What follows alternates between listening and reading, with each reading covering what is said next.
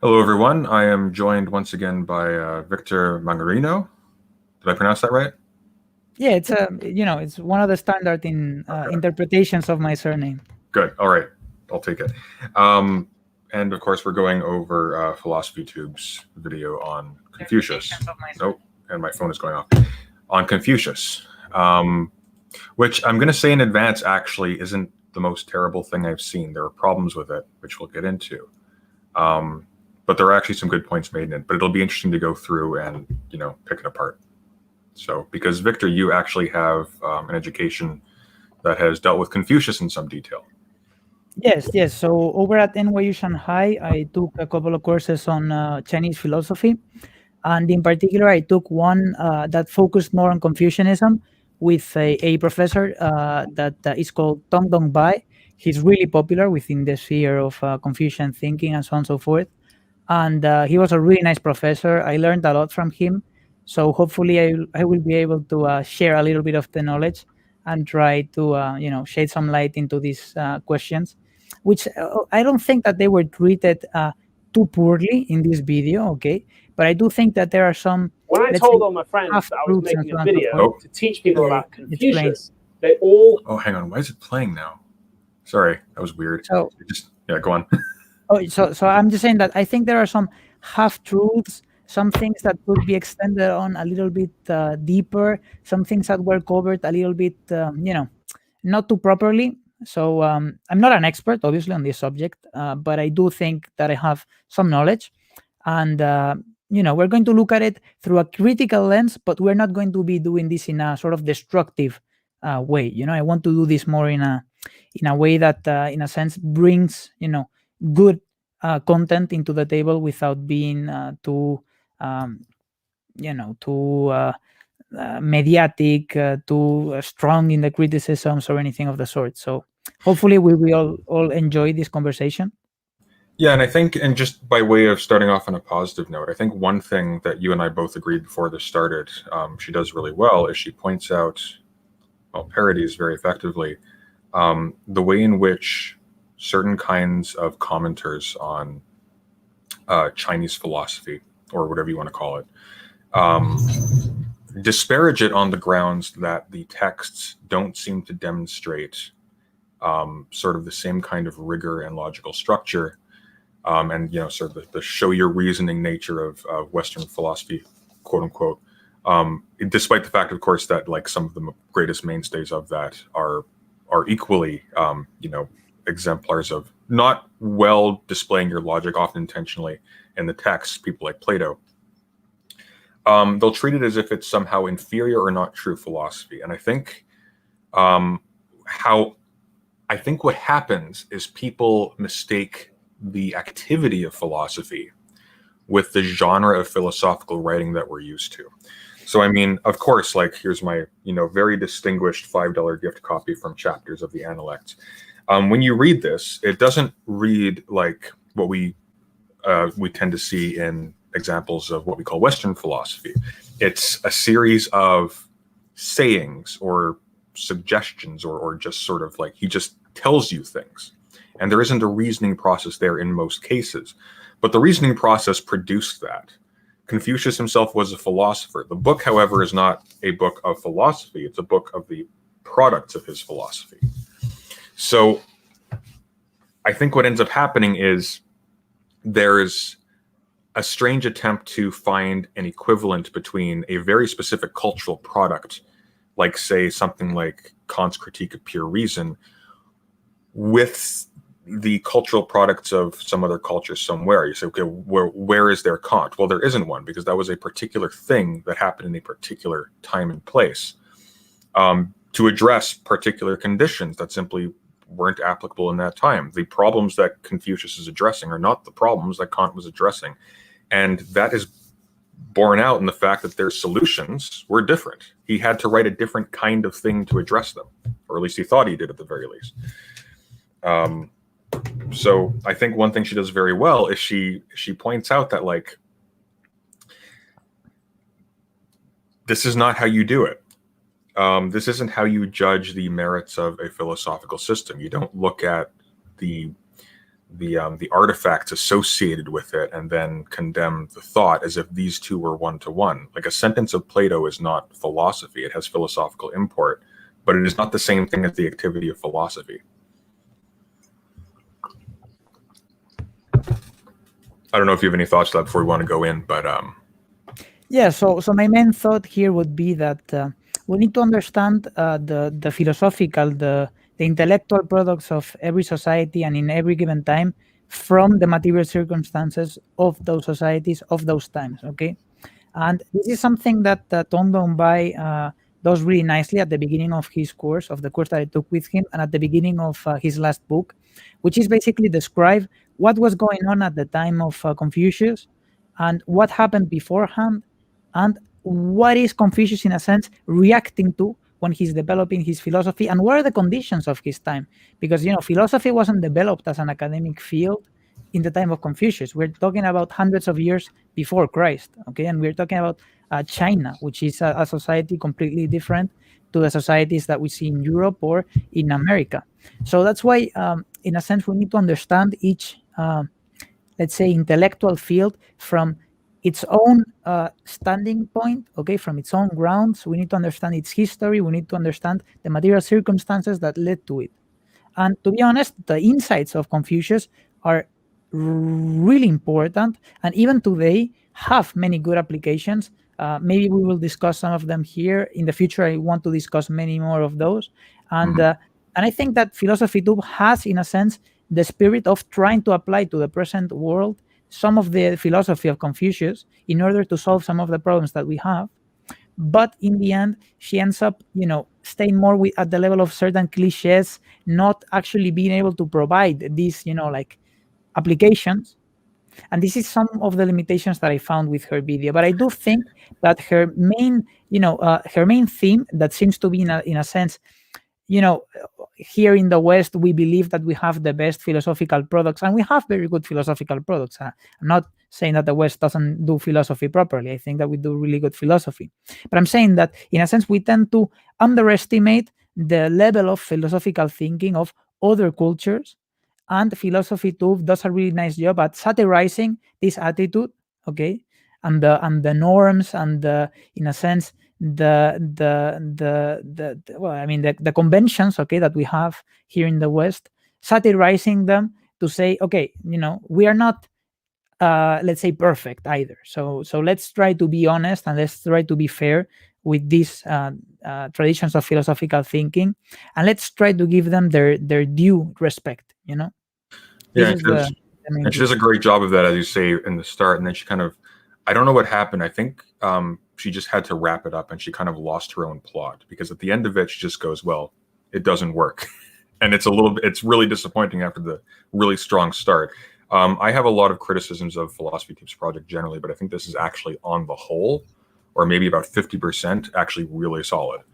But I think we should probably just get into it, so we have something concrete to respond to. Let me put my earplugs here before we start, so that there's no echo or anything of the sort.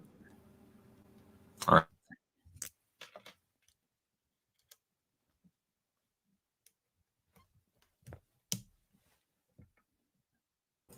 Good to go? Okay. Yes, I am. Let's do it.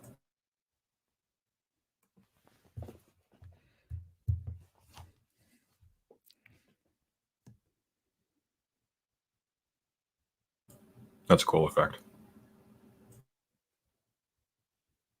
When I told all my friends that I was making a video to teach people about Confucius, they all had the exact same response. They all said, ooh, that sounds interesting. I've heard of Confucius, but I don't know anything about it. And I was like, yeah, me neither. When I did my philosophy degree, nobody taught us about Confucius, but he's part of the cultural legacy of like a third of the world's people. So I thought that alone is a good enough reason to take a look. But the more I researched and read, the more I realized that Confucius is actually incredibly relevant to everything that's going on in the world right now. He was born at the tail end of the Zhou dynasty in 551 BC, so absolutely ages ago.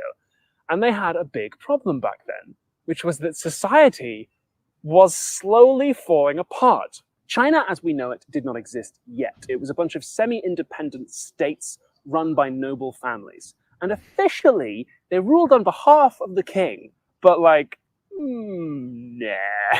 They had a fully sophisticated government structure with different ministers and departments and officials, and they had a whole load of rules. But at the same time, if you were rich enough, you could kind of just do whatever, and nobody could stop you. Like in Confucius's home state of Lu, the Zhang family were officially in charge, but everybody knew you don't cross the Ji family. The Ji family did all the important sacrifices. The chief minister was always mysteriously from the Ji.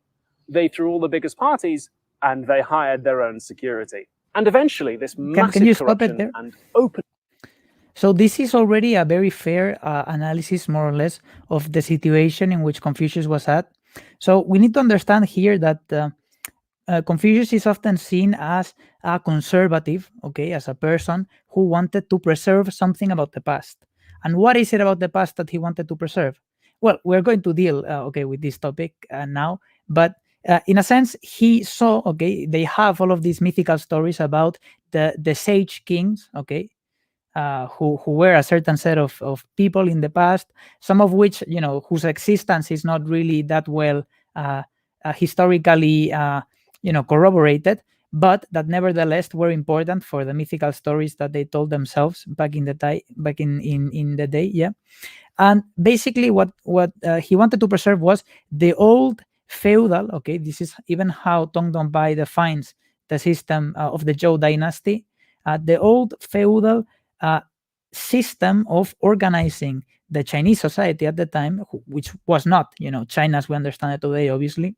And he wanted to preserve the structures that led to it being such a great and such a strong nation, such a strong society that, in a sense, had a lot of the features that Confucius wanted to see.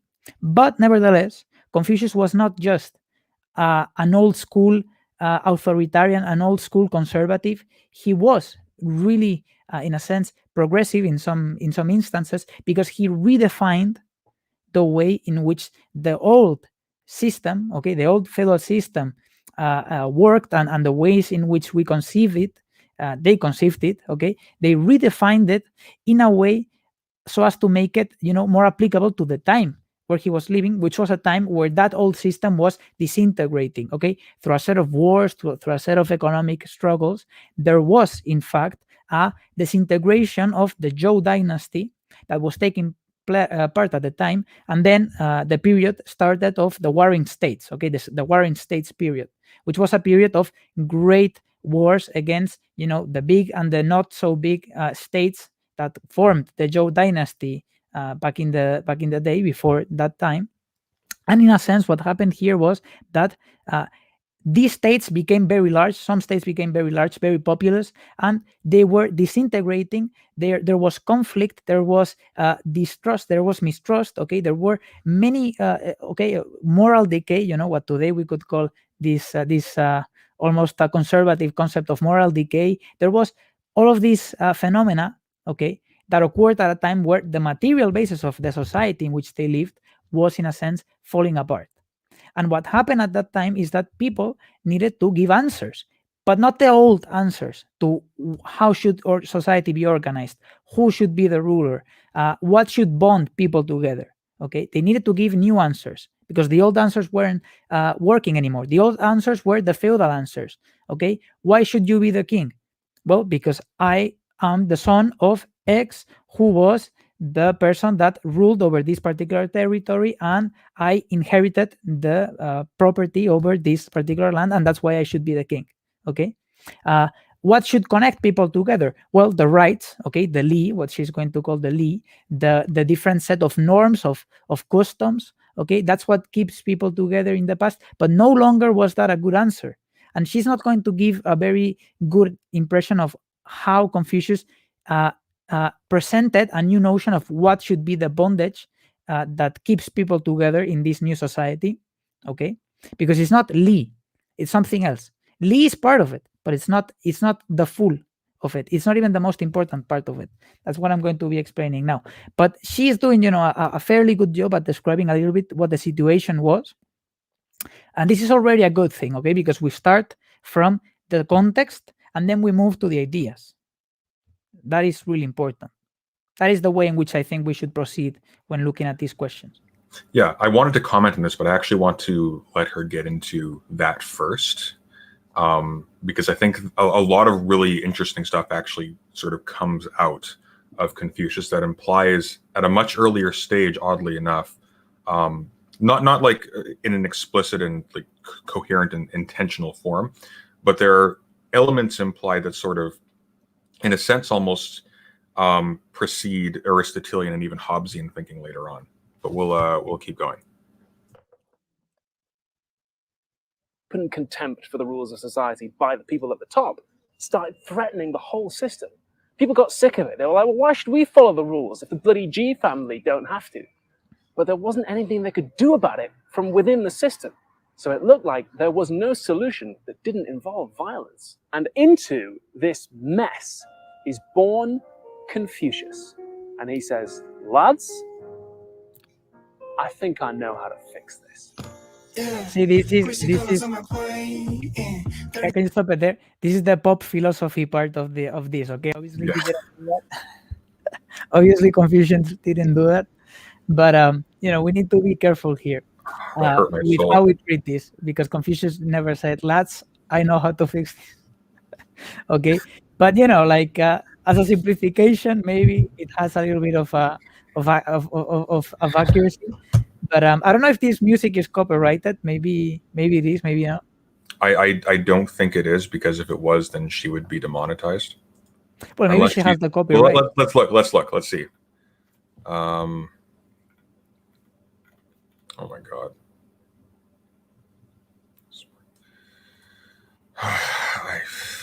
Well, you know what? If they demonetize us, that's fine. It's not making any money anyways. But so long as they don't take the stream I down. don't. I do not think they will. I haven't had that problem so far. If I can use Okay. Disney's music and not get my stream taken down, we'll be okay.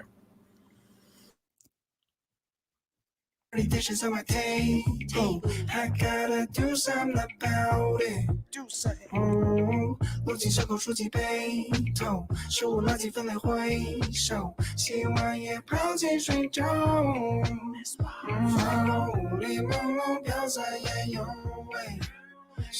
The oldest source we have for Confucius's ideas is a book called The Analects, which is also my primary source for today. It's divided into short books and chapters, each of which is a little saying. The master said, "The gentleman is easy of mind, while the small man is always full of anxiety."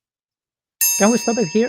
for a The second? master So what does Confucius mean by gentleman? Because she never explains what he means by this. So this is one of those redefinitions, okay, of Confucius and of the Confucians of the time, because back in the day, back in the Zhou dynasty, gentleman was just, okay, the noble title of somebody who is by society's let's say the structure of society, it is a gentleman because they have the title of being a gentleman because of the structure. Now, the way in which the Confucians redefined this notion of gentleman was gentleman is anyone that acts like a gentleman, anyone that behaves like one, anyone that has the knowledge of a gentleman. Okay, that is what gentlemen were at his time. Okay, noblemen, and that's why Confucius himself was a gentleman, because Confucius didn't come from a very noble family. He had in the past certain ancestors who were more noble than not, but then his father was not a very well-established person at all, and he had to do menial labor in his childhood. Confucius, and there's a quote in the Analects where he discusses with a person that is of higher rank this concept of I know where the other person is praising him for being able to do certain things with his hands, okay, because normally noble people didn't do menial labor. But Confucius knew how to do it because he wasn't noble in that sense of being born in a family of noble people, but he was a gentleman because he behaved like one. He had the knowledge of one. He, in a sense, educated people into being a gentleman because he had the manners of a gentleman. Which is So that's which one is of those sort of redefinitions. yeah, which has a certain resonance, because there's a lot of that's almost a character type in Chinese history. Like you think of Cao Mengdi, who was the son of a eunuch and was of relatively low stature compared to other ministers prior to becoming. Was he the king of? Was it Wei?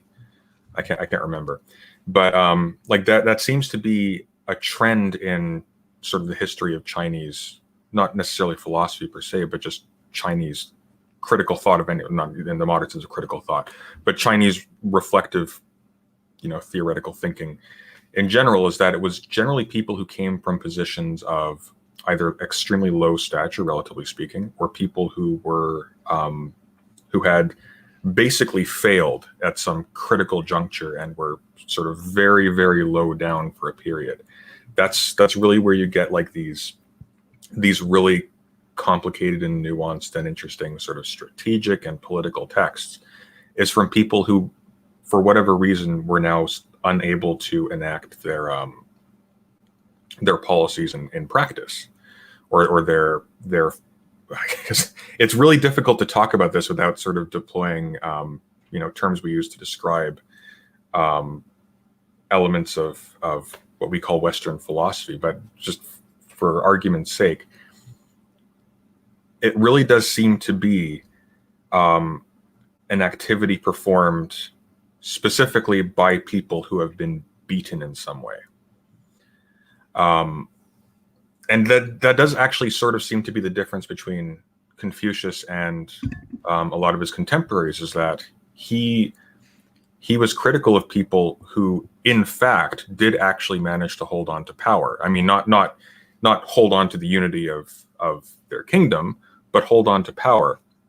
Whereas he himself was chased into the wilderness, and yet he's the one who's concerned with the stability of the kingdom. So. Yeah, I mean, so Confucius had political, in a sense, motivations, and he wanted to be, and he worked for a little bit as an advisor, okay, to certain royal figures, but he never really had a really strong, a really well-defined political career, like Han Feize, for example, who we are going to talk a little bit about toward the end. Okay, that's why one of the things, okay, that normally critics of Confucius says is, yeah, I mean, Confucius was very good about talking about really abstract, really nice, moral things, but he wasn't as pragmatic, okay, and he didn't have a really prolific, in a sense, political career, okay.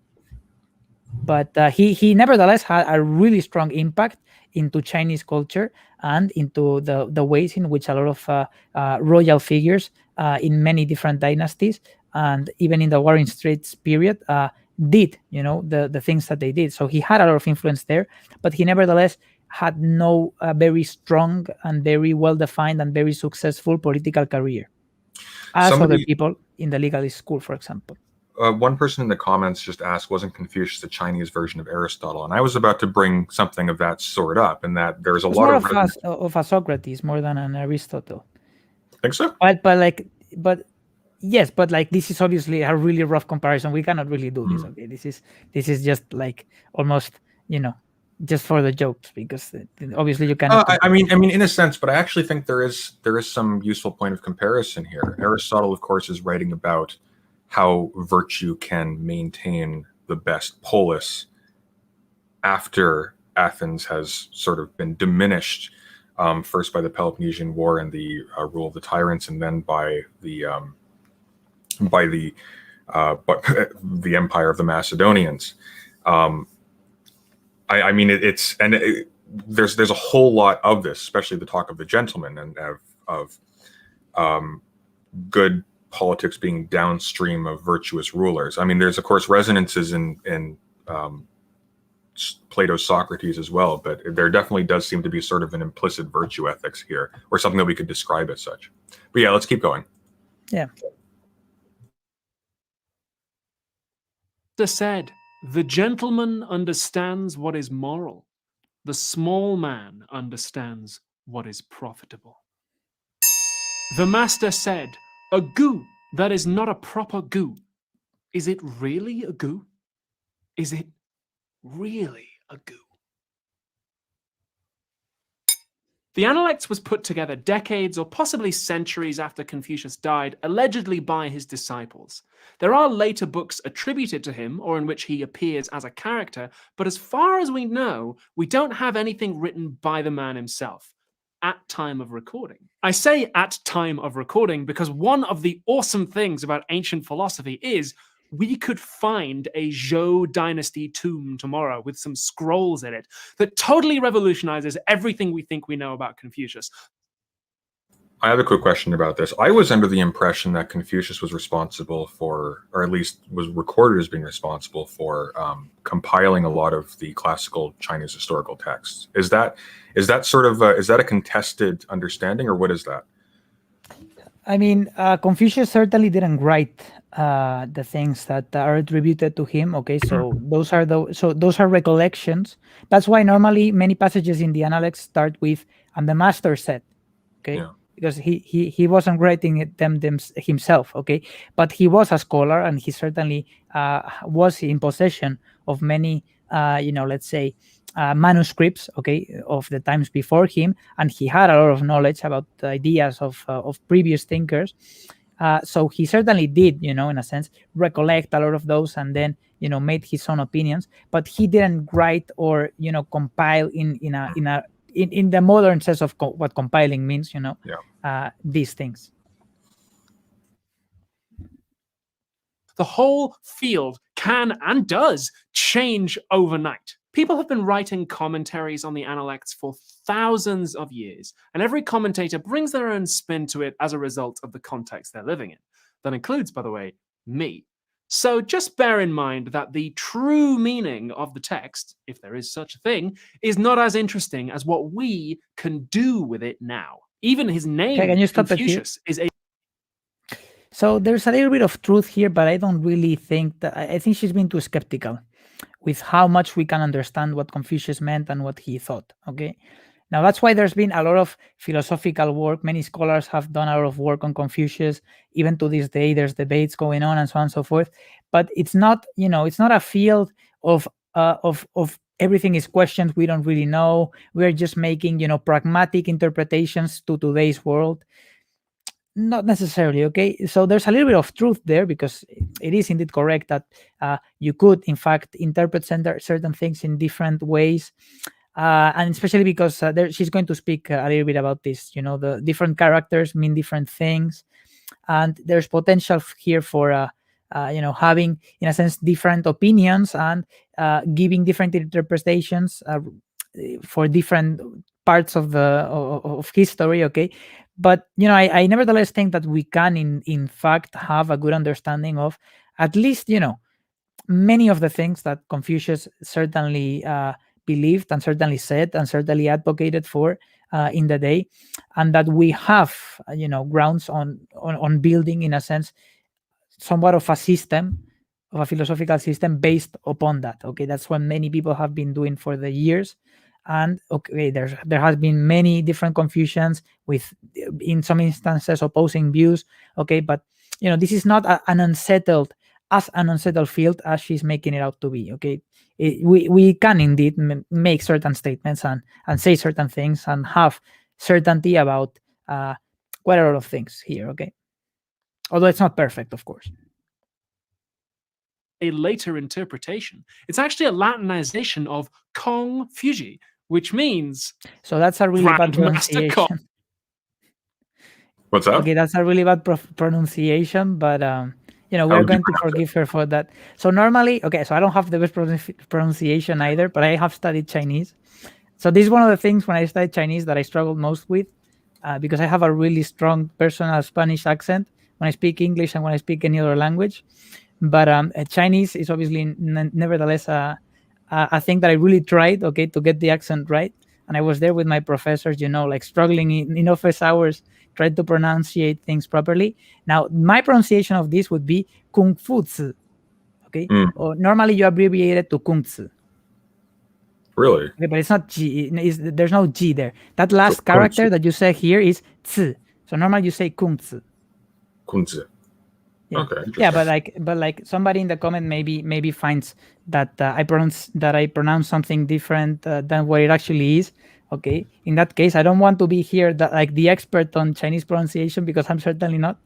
But at least I tried. Okay, I tried when I studied Chinese to get the pronunciation right. That's okay. It's a karma for me not being able to pronounce your last name.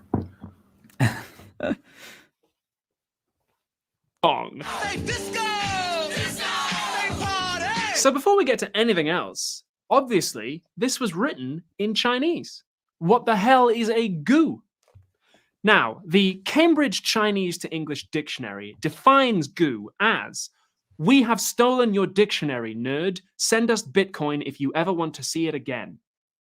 But even knowing that definition, it still feels like I'm missing some context. To be fair, Plato and Aristotle, or any of the other ancient philosophers that get studied a lot in the West, That was good. didn't write in modern English either. Yeah. But Chinese can be especially tricky because it doesn't have an alphabet the way English or ancient Greek do. Take the English word alphabet. We know that A means an A sound. L is a L sound, PH is F. So you see the whole word and you go alphabet, right? Chinese characters, on the other hand, do not represent sounds. They represent syllables and occasionally entire words. The advantage of this system is you can write a lot of information in just a tiny amount of space. European monks are writing out the Bible one letter at a time on vellum. Meanwhile, in China, I've made 500 copies and written a novel before I've even had lunch. One scroll, bam, done. And get this, spelling changes a lot faster than characters do. Ever tried to read the Canterbury Tales? Fucking incomprehensible. And that was only written 600 years ago. Whereas if you know traditional Chinese characters, you can find an ancient scroll in a tomb and read it. But the downside is this. This character means electricity, or thunderstorm, or lightning, or electric. And this means brain, which itself is a combination of characters including flesh, clever, and think. Put the two together and you have Clever thunderstorm flesh that thinks. or smart fine thinking electric meat or electric brain or computer. This is Okay, so can you stop it it's here? just the Chinese word for So this is Dian Now. This is the word that we're looking at here, Dian Now, which is the Chinese word for computer.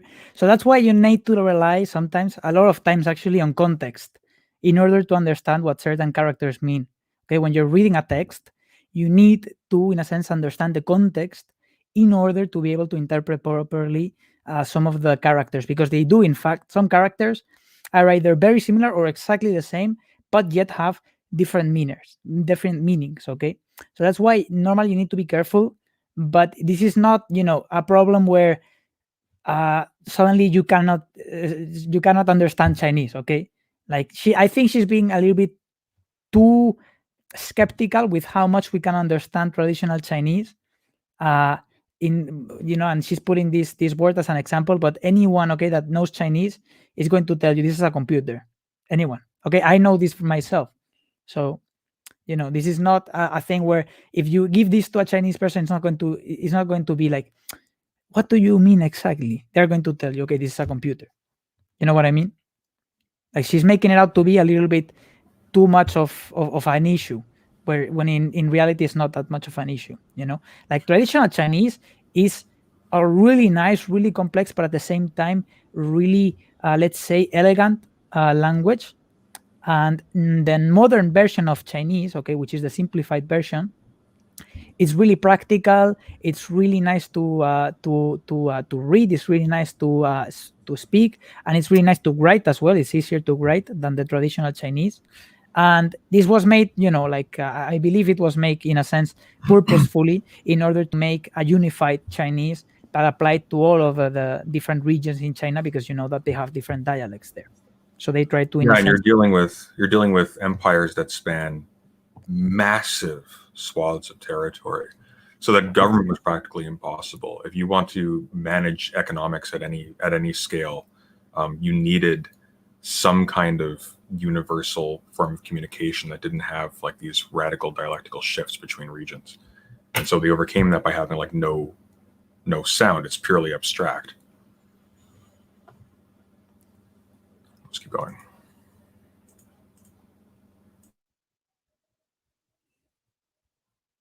computer. Can you guess the problem? Philosophy tends to use extremely technical and specific language, and occasionally invents entirely new concepts.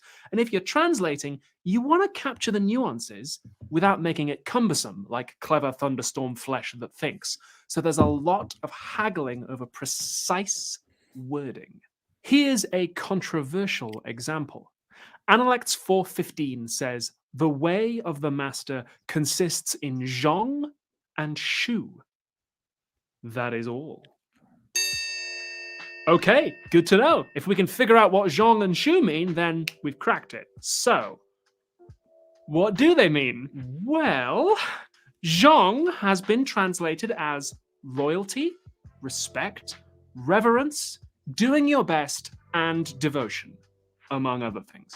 And shu has been translated as reciprocity, altruism, forgiveness, consideration, and occasionally the entire phrase, "do unto others as you would have them do unto you." Okay. The Cambridge Chinese to English Dictionary defines shu as, "Seriously, if you ever want to see your dictionary again, transfer Bitcoin by tomorrow," which again is a completely different meaning. For the last 2.5. Okay, I do have some issues with this, but I will say that the comedy here is top notch. I don't know. I feel like she's pointing out a problem in translation, not so much an inherent difficulty in understanding the text. Because I think just a lot of translators are very careless. We see this a lot in Aristotle studies, where people will try to render polis or politeia in language that is easily accessible to lay people. So they'll translate it as city, or maybe like some neutral term. They'll try to call politeia because it's disputed how far you can carry that term into the future. They'll call it polity, like some sort of generic, this is a political thing, we're going to call it polity. Everywhere is polity. So what are polities? Just political things. And that seems to be sort of the philosophy of translation undergirding a lot of these translations.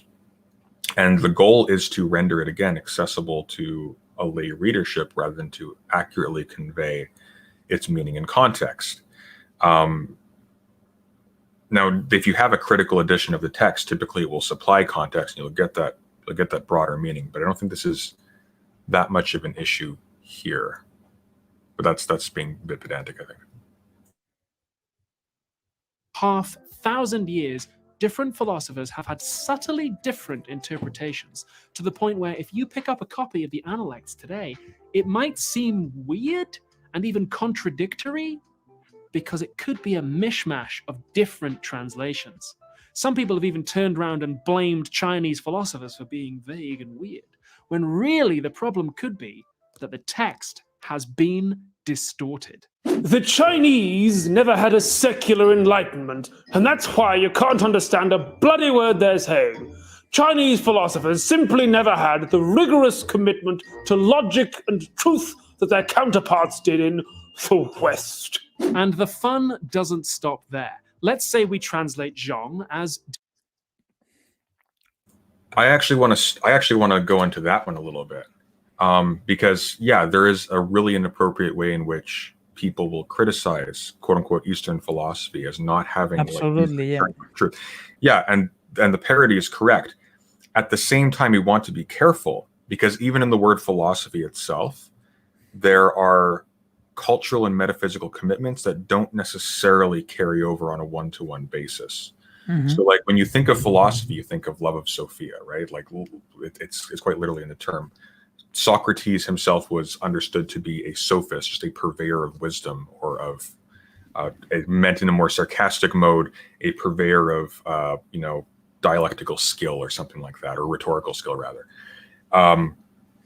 Confucius isn't primarily concerned with cultivating a love of wisdom, but with cultivating virtue for the sake of the well-being of the kingdom, which is different. It's not it definitely goes into the realm of philosophy. He touches on stuff that makes it very amenable and equivalent in many respects, but it is still a separate project, which does not mean subsidiary which does not mean beneath it or or in some sense underneath philosophy. It's still like a high level, but it's almost a different project, because we tend to naturalize philosophy as being this thing that just everybody does, and we can find people doing philosophy in any culture, but the specific activity that he is doing in this, it's not the same thing as what Aristotle is doing in his Ethics, even though you can derive a lot of the same sorts of thinking from it. It's a lot more specific than that, and I worry sometimes with a lot of these understandable attempts to reassert the value of Eastern philosophy against Western philosophy, that it ends up sort of brushing over its actual particular nuances in order to reconstrue it as philosophy in the sense of Western philosophy, if that makes sense. Yeah, more or less. So the thing here is that so whether or not Chinese philosophical thinking is or not a philosophy, especially Confucianism, for example, depends really on what your definition of philosophy is. Now, generally, I believe that those definitions that encompass these traditions of thinking, like Confucianism, within the idea of what philosophy is, are generally better at describing what we are trying to aim at, with this word, than definitions that exclude it, because it generally does feel like a philosophy. And this is why, for example, Tong Dong-bai, who studied for many years in the United States, had to, in a sense, struggle a lot with people in this, Western chauvinist philosophical thinking that, in a sense, smeared at Chinese philosophy and looked at it as, a lot of pseudo-religious nonsense. And he had to defend a lot of his Confucian views, and he had to defend a lot of the tradition of Chinese philosophical thinking. And so he defined philosophy in such a way that, in a sense, incorporated this thinking. And his definition, okay, if you want, I can give it to you. Now, it's been a while since I heard it or read it, but I'm going to give a rough description of how Tong Dong-bai defines philosophy, because I think it's a fair definition of it. And he defines it as a field of thinking, okay, that is reflexive, okay, and that is reflective, where you reflect on things and you sit and think deeply about certain things, about human experience, and it is in a sense perpetually progressing field. There's no end to philosophy. There are no solutions, hard solutions to philosophical problems, because they're always being debated, and there's always new and better and higher analytical stages being developed within the philosophical framework. So this is how he defines a philosophy. And furthermore, as it's developing, what we understand to be philosophy is changing too. At the So same like time, if and this is where it gets tricky, because the point I made notwithstanding, if we then regard Confucius as not a philosopher, as you say, we would, to be consistent, have to regard most of who we would consider to be founders of Western philosophy also to be not philosophers. Pretty much. Yeah. And again, it's like it's identifying philosophy as an activity, and as an activity that sort of transforms itself as it develops, not as a genre of texts. Like philosophy is not this thing that was manufactured in a printing press. It's an activity that conscious beings do. And it is reflective, this is the important thing. Yeah. That it is sitting and thinking about certain things very hard, and struggling with those ideas and fighting other people in a dialectical sense, and getting to higher analytical stages through that dialectical struggle. Now, this is the important part, obviously, of philosophy, and this is something that, if you define philosophy as being this, not as a systematized way of looking at certain metaphysical, moral, or whatever points of view, and it is systematized, you need to present highly structured, formal, logical arguments, and so on and so forth. Now, this is the modern conception of philosophy, and anyone that studies philosophy today, especially at good philosophical institutions, knows that this is in a sense how philosophy is done today. You need to structure your arguments really well. You need to be able to, in a sense, defend each premise, show how it logically leads to a certain conclusion, how the entire argument is valid and sound, all of that. Now, this obviously is not the way in which they did it, but this doesn't exclude the Chinese from having a philosophy. Mm-hmm. And this is the important part about Tong Dong-bai's definition of philosophy, which is really, really good because it encompasses that rigorous, formal way of looking at philosophy, but at the same time, it also encompasses the not so rigorous, but nevertheless still highly intuitive philosophical way of approaching issues.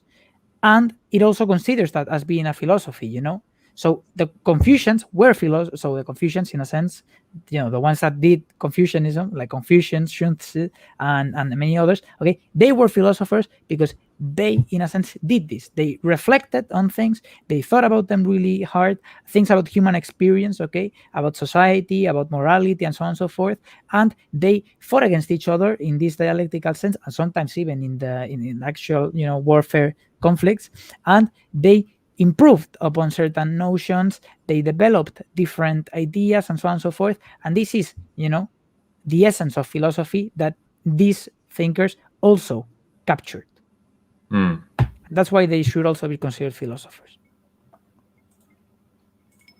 Let's keep going. Devotion. Okay, Confucius wants us to be devoted to what, though? To other people? To the country? To tradition? You've kind of got to read the rest to figure it out. And that only multiplies the problem. And Shu, do unto others as you would have them do unto you. You might recognize that phrase from the Bible, or the Torah, or the Hadith. It's the so-called golden rule of morality. And there's a lot of argument over how exactly you're supposed to translate it. Is it do unto others as you would have them do unto you? Or is it do not do to others what you wouldn't want them to do to you? Because those are not the same thing. The first one is actually a lot more demanding. If I have to do unto you what I would want, then I have to help you when you're in trouble. But if it's just, hey, don't treat anybody how you wouldn't want to be treated, then, well, all I have to do is leave you alone. There's been a lot of argument about whether Confucius's golden rule is the easy version or the hard version. Some people have said it's definitely the easy one, and that's evidence for Chinese ethics somehow not being as good. The Chinese never had a secular enlightenment, which is why they're all a bunch of heartless bastards. Unlike Great Britain, the most ethical country the world has ever known. But there's also a pretty convincing case to be made that the man himself wouldn't have made that distinction in the first place. And just to put the cherry on the top, Analects 4.15 says the way of the master consists in zhong and shu. That is all. It says that is all. So that's got to be the most important bit, right? Of course we're going to spend hundreds of years writing loads of papers on it and arguing about it. But what if Analects 4.15 isn't actually canon? Translator and philosopher Brian Van Norden thinks it was added later. And if we take that bit out, then suddenly zhong and shu aren't.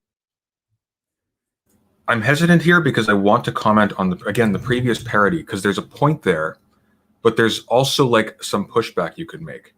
So on the one hand, the parodying character is correct insofar as we are associating, having a heart or something like that as being, nice liberals who care about the perspectives of the autonomy of, the little people.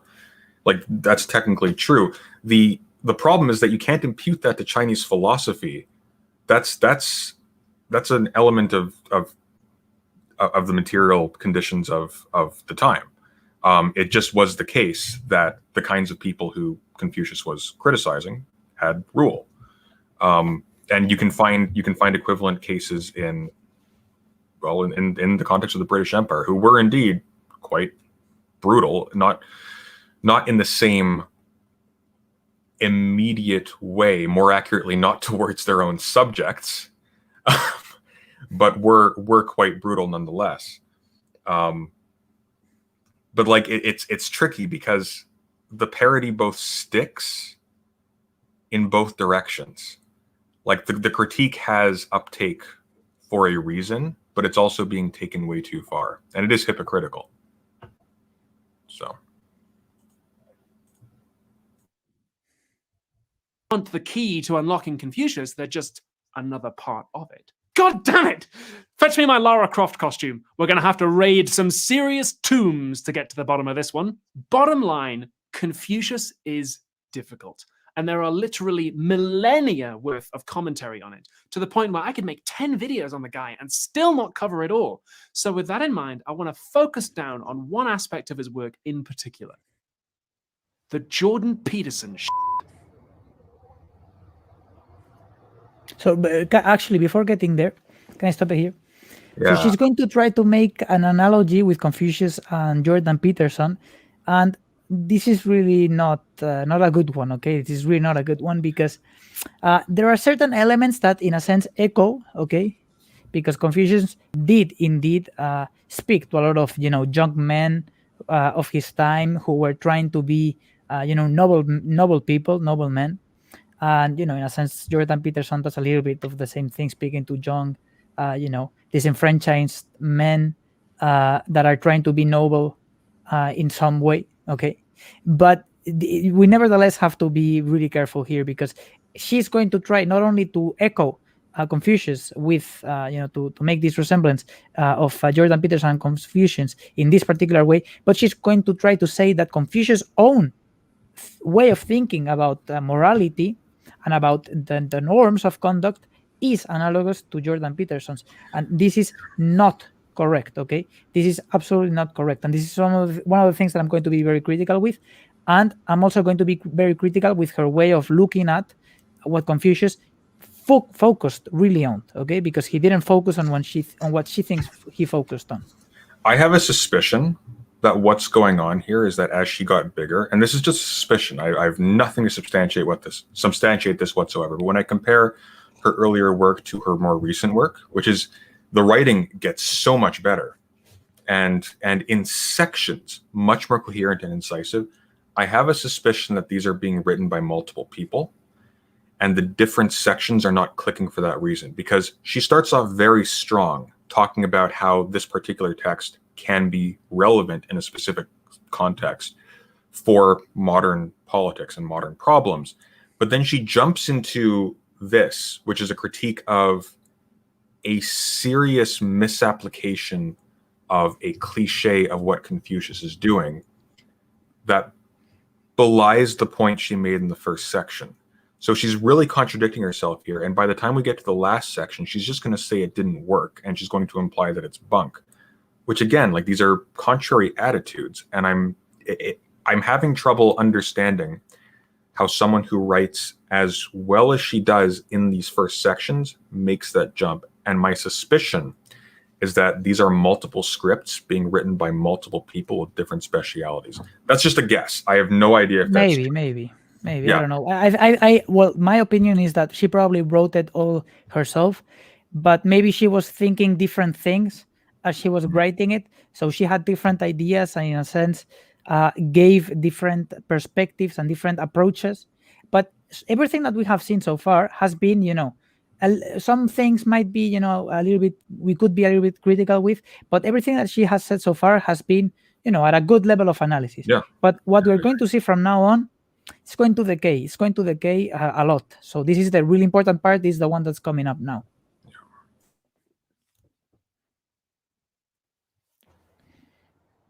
A concept that comes up a lot in Confucius is li, which is usually translated as rituals. Like I said at the top, ancient China had a lot of rules. Rules about when you're supposed to bow, what sorts of clothes you're supposed to wear on what days. There was a lot of ritual sacrifice. There were rules about what music could be played and when. Some elites at the top of society liked to play a little fast and loose with the rituals, like the bloody G family. And often in the Analects, Confucius stresses the importance of following them. The master said, "Do not look unless it is in accordance with the rituals. Do not listen unless it is in accordance with the rituals. Do not speak unless it is in accordance with the rituals. Do not move unless it is in accordance with the rituals." Stop it there right now. Okay. So we have seen one interpretation, which is Confucius was really into Li, and she gives this quote, okay, where he says, okay, do not look unless it is in accordance with the Li. Do not listen unless it is in accordance with the Li, which gives the impression that Confucius is an old school authoritarian of, look, these are the Li, and this is what you need to do, it regardless, okay? This is what you need to do. Doesn't really matter. Now, I'm going to be critical with this, and I'm going to be providing evidence against this interpretation, because there's something that Confucius believed in even deeper than the Li, which is Ren. And what is Ren? There are different translations, but the one translation that Tong Dong Bai likes to give, and that I also like to give, is humanity. Okay, and it's also translated in the DC Lao translation, which is the one that I'm going to be showing, as benevolence. Okay, now this is the really important part: is humanity, is being humane. Okay, and now we can talk about what this means. But this comes before the Li. This comes before the rituals. Confucius was not an old school authoritarian, an old school conservative of we need to do these things that were good in the past just because. We need to do them because they resemble a set of moral sentiments, and those moral sentiments are the important part. And if you want, I can start already with the quotes. I actually have a quick. We can give it a. I would like you to, and before you go into that, I actually have a quick question. So when I heard you say it's translated as humanity, my immediate thought is, oh, it has to do with sort of a concern for the well-being of this thing called humanity, but then you characterize it as benevolence. Now, are these sort of enmeshed together? So let me explain. So Ren here, Ren is also so there's a word in Chinese which is Ren, which means people. Okay. Now, humanity is a better translation than benevolence because, in a sense, gives the people element, brings the people element into the picture. Because Confucius was, in a sense, he promoted a morality that was universal but unequal love. Okay, now what does that mean? What does universal but unequal love mean? It means that you cultivate, your own moral sentiments of filial piety and so on and so forth within your inner family circle, your parents and your brothers and your sisters, and then you extend it outwards to your neighbors, to your entire state, and then you extend it to the full extent of humanity, and then you extend it to inanimate objects, to animals, and so on and so forth. Okay, so this translation, in a sense, puts the focus on the people, on humanity. Okay, so what it means is that, and you know why? Because Confucius, one of the things that he said, and if you want, I can also give a quote about this. Actually, why don't we go to the quotes first? Because this is going to become more clear with the quotes. I'm not going to be giving them all right now. I'm going to be giving only a couple of them, okay? But I need to see if I can find the actual ones that I'm looking for, because I have here some written down, and I want to make sure that I'm doing the correct one. So let me see if I can find here 18.6. Where are we? 17, 18.7. Is 18.6 here?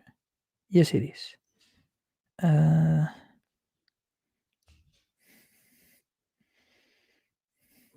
Okay, so let's read this part. Okay, let's read this part. He says, the master was lost in thought for a while. Okay, so there's a story here with Sulu and so on and so forth. Okay, but let's abstract from this part beforehand, and let's read this part, which is the important one. He says, the master was lost in thought for a while and said, one cannot associate with birds and beasts. Am I not a member of this human race? Who then is there for me to associate with? While the way is to be found in the empire, I will not change places with him. Okay, now let me give a really rough interpretation of what this means. Okay, so Confucius basically here is giving us, a really strong statement that human beings are social by nature. Okay, and what does this resemble? This resembles the Greek, tradition of thon politikon, right? This resembles the notion of human beings are social, are political animals. We need to associate with each other. Who am I to associate with rather than human beings? Am I going to associate with birds and beasts? Of course not. We are social beings. We need to live amongst each other. And this is the important thing about Ren, that in order to be able to live with each other and to associate with each other in a healthy manner, in a moral fashion, we need something, and that something is Ren, not just Li. Okay, and I'm going to prove why it's not just Li, but it is Ren, it's humanity, it is benevolence. And this is one quote that I wanted to give, but let me see if I can get another quote to prove that there is something that goes beyond, that goes before Li. Okay, let me see if I can find the one. Let's see if it's 3.14. Let's see if it's 3.14. Let me see. 3. Oh, by the way, this is the DC Loud translation for anyone that. So I don't think it's here. I do not think it's here. Let me see if it's 2.3. You know what? I've got a terrible translation in front of me. Maybe I can find it. Can you find 3.14? 3.14. 1, 2. Because I have 3, 4, 5, 6. 7. When Duke Ting. Is that the one?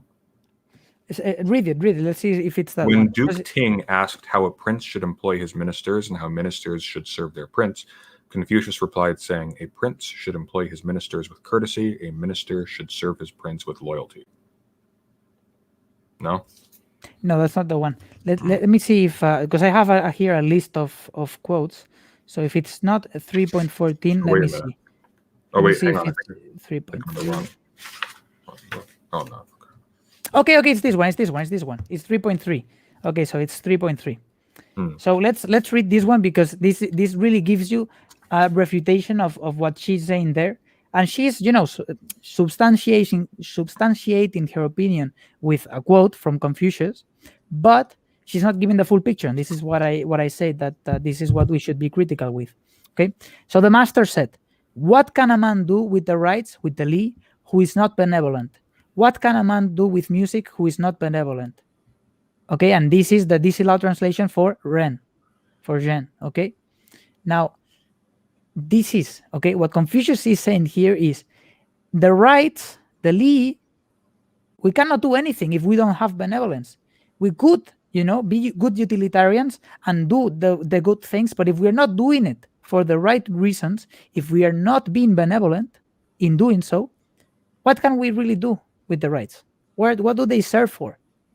This questioning, this is the really important thing here. So there is something that is more important than the Li, and this is why Confucius was not an old school conservative. And this is why I consider myself in many ways a Confucian.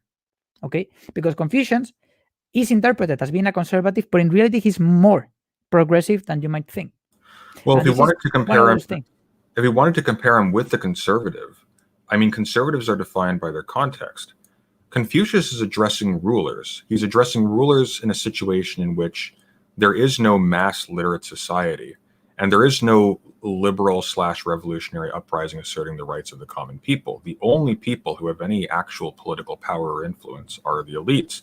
And in the case of the conservatives, you are dealing with people who are directly criticizing an upward movement by the lower classes. These are radically different things. And what Jordan Peterson does is he addresses a literate lower class of young men and tells them, no, don't assert your rights or of any sort of highfalutin political ends. Buckle down, take care of yourselves. And he doesn't address this to the people who are actually in power. So he's kind of the inverse of Confucius in a way. I don't think it's appropriate to compare them at all. Ways. It's an opposite, yeah. Absolutely. But this is the important thing. Okay, yeah. This is the important thing, that yes, Confucius was concerned with the Li, but no, the Li was not the most important thing. And actually, if you want, I can show you an even better quote on this. Okay, okay, this is going to be the last quote before we proceed. Okay, and maybe I'm running out of quotes after this one, but I do think I have more. Let's see if I can then find the context for those. Let's see, maybe it's 17.21. I think it's 17.21. See if I find it. No.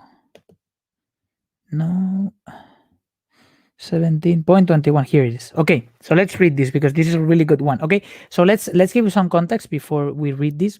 So there's a really good, really solid. Okay, not that I think it's good, but a really solid right that belonged to the Li at the time, which was the 3-year mourning. Okay, my pronunciation here, it gets really sloppy, but bear with me. The 3-year mourning period, which is a period where when a parent of yours dies, you need to, in a sense, abstain from drinking, eating good food, drinking good drinks, whatever they are, eating good food, okay, which at the time was rice. Okay, so you need to abstain from eating rice, wearing fine clothes, and dancing and doing really good things. Okay, Now, this is a norm, okay, within the Li. Now, let's read here what Confucius is going to say and what a person, okay, Tsai Wo, that we can read here, okay, this name, Tsai Wo, is a follower of Confucius, okay, he's a disciple of Confucius, who is, in a sense, being a little bit critical with the 3-year mourning, okay? So he's being confronted. Confucius, okay, as a person that called himself, trying to preserve these traditions, is being confronted with a person who is saying, maybe we shouldn't do this. Maybe this is too extreme. Maybe 3 years is too much, okay? Now let's see what his response is, because this is not the response of an old school authoritarian, okay? Then this is going to be the important thing here. Let's see. So Tsai Wo asked about the 3-year mourning period, saying, even a full year is too long. If the gentleman gives up the practice of the rites for 3 years, the rites are sure to be in ruins. If he gives up the practice of music for 3 years, music is sure to collapse. A full year's mourning is quite enough. After all, in the course of a year, the old grain having been used up and the new grain ripens, and fire is renewed by fresh drilling. The master said, would you then be able to enjoy eating your rice and wearing your finery? Yes, I would, Tsai Wo replied. If you're able to enjoy them, do so by all means. The gentleman in mourning finds no relish in good food, no pleasure in music, and no comforts in his own home. That is why he does not eat his rice and wear his finery.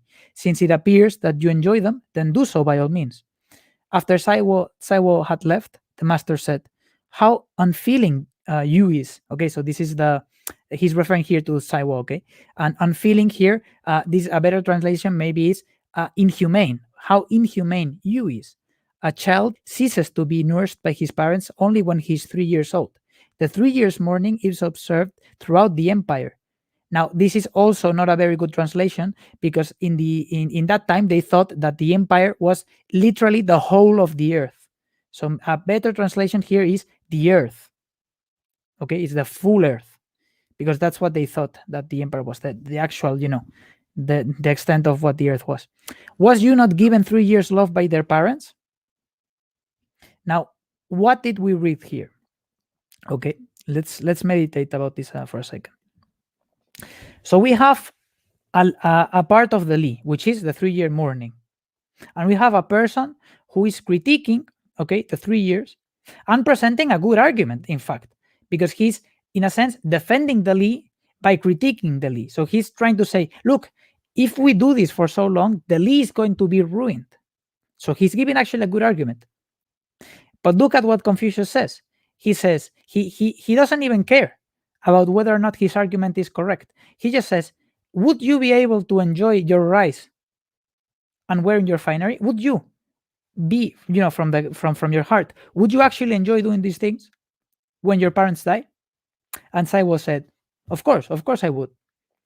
And then he said, okay, then do so, do it. And then when Tsai Wo left, okay, so this is a sneaky way of approaching this topic. Confucius said, look at this person. Isn't he inhumane? Look at how inhumane this person is. Why? Because his parents gave him 3 years of mourning, okay, so 3 years of not being able to do anything that they actually enjoyed, because they loved him for the first 3 years of his life when he wasn't able to do anything for himself. Actually, you could argue that it's more than 3 years that his parents, that Tsai Wo's parents, had to, struggle in order to raise Tsai Wo. And yet Confucius is giving an even better argument, which is, look, why we need to do the 3-year mourning is because from the love of our hearts, when a person of our a close person like our parents dies, we just don't feel like doing those things. Okay, it doesn't come from my heart to do those things because I don't enjoy them anymore. And maybe you can relate to this. Okay, I can certainly relate to this. One of my grandparents died in January, and I really loved him. He was like a parent to me, and we did certain things together that were like that I really enjoyed doing with him. And at some point after he died, I tried to do those things and I realized that I couldn't, Now, it's not because I was following, the 3-year mourning, I cannot do these things, because I saw it as something that came, that was given to me, like, you cannot do this. It's because it didn't come from my heart to do that. I couldn't eat those things that I used to eat with him.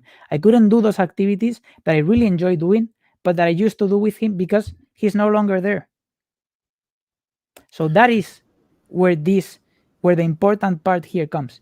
It is not the Li, it is the Ren, it is the benevolence, it is humanity. And this is why Tsai Wo was then, cancelled as being an inhumane person, because he didn't feel the need to abstain from those things when his parents died. It's sort of it reminds me of in a negative version in a way of like the story of the rich young man from from Matthew 10, where it's like this young wealthy guy approaches Christ and is like, good teacher, what must I do to inherit eternal life? Jesus replies, the commandments: do not murder, do not commit adultery, don't steal, don't bear false witness, don't cheat others, honor your father and your mother, etc. And then he says, all these I have kept from my youth. And then Jesus replies, there's one thing you lack, go sell everything you own and give to the poor, and you will have treasure in heaven, then come follow me. But the man was saddened by these words and went away in sorrow because he had great wealth. Or if you want to take it to more like a Greek context, like the idea that good laws follow down from a virtuous character of the citizenry. It's actually very anti-authoritarian. It's almost Hegelian or compatible with Hegel in the way in which the peak of freedom isn't when you have no laws. It's when your character is such that in being free, you abide by the laws. Now, assuming good laws, of course. So this is the really important part here, okay? Is what is important about the rights is that they represent the deep moral feelings, and those are the ones that we want to preserve. That's what Confucius is saying here. And you know what? Another thing that is important to highlight here is, why didn't Confucius confront Tsai Wo? Why didn't he try to convince Tsai Wo? Because Confucius believed that at some point, if somebody is not willing to listen, you should just give up. It's pointless at some points to argue with somebody who doesn't feel like being convinced about something. Yeah, and he had a reputation, or at least he has a reputation in lore, I guess, of being someone who really changed his countenance very radically depending on who he was talking to. Like if he was in the context of a court, you would not be able to distinguish him from a courtly minister. They depict him as stooping when he enters into the palace, things like that. When he's dealing with people on the street, with common folk, like he addresses them like that. And I think it's there's even a quote in here somewhere that I can't remember where it is exactly, but it talks about how the sage or what have you, this translation renders it as the true philosopher, but the sage doesn't care if he's recognized as such. And again, like we're reading Hegel in the Discord, so I'm thinking very much of that. But like that, where the most authentically philosophically minded person is someone who is really like they're engaging with the world as a self-understood sort of, as like Fanon described as like an arid space where it's they what is the language exactly? They sublate things in the world and then purge it all, and all that's left is just it's simultaneously both something useless and empty, and also like I'm not going to get into that because I'm going to butcher it and it's just going to confuse things.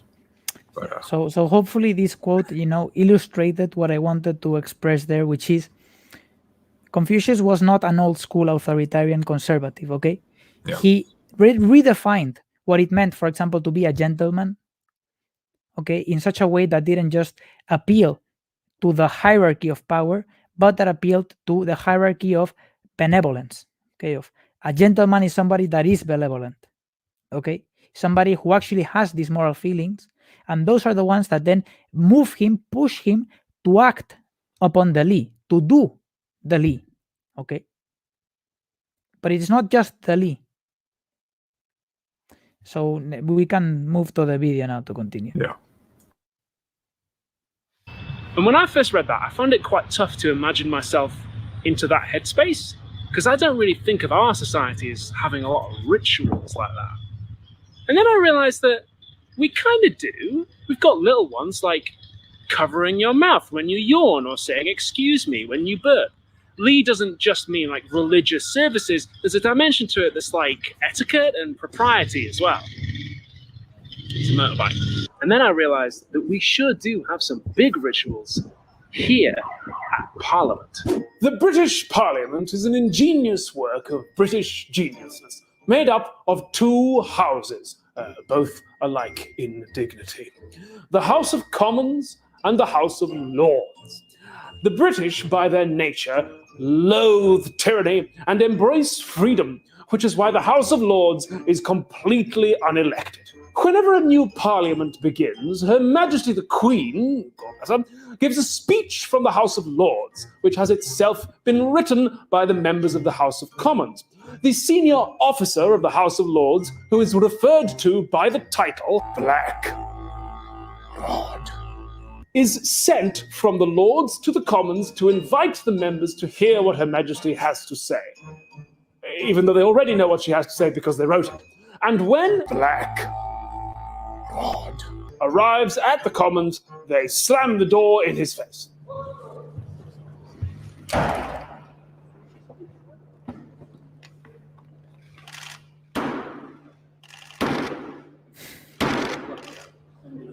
And then they open the door again, and they all go and hear the speech anyway. This eminently sensible and really quite simple procedure is designed to illustrate that the Commons is independent from the monarchy. But not so independent that they'll get rid of her. It may appear to be an enormous waste of money and time.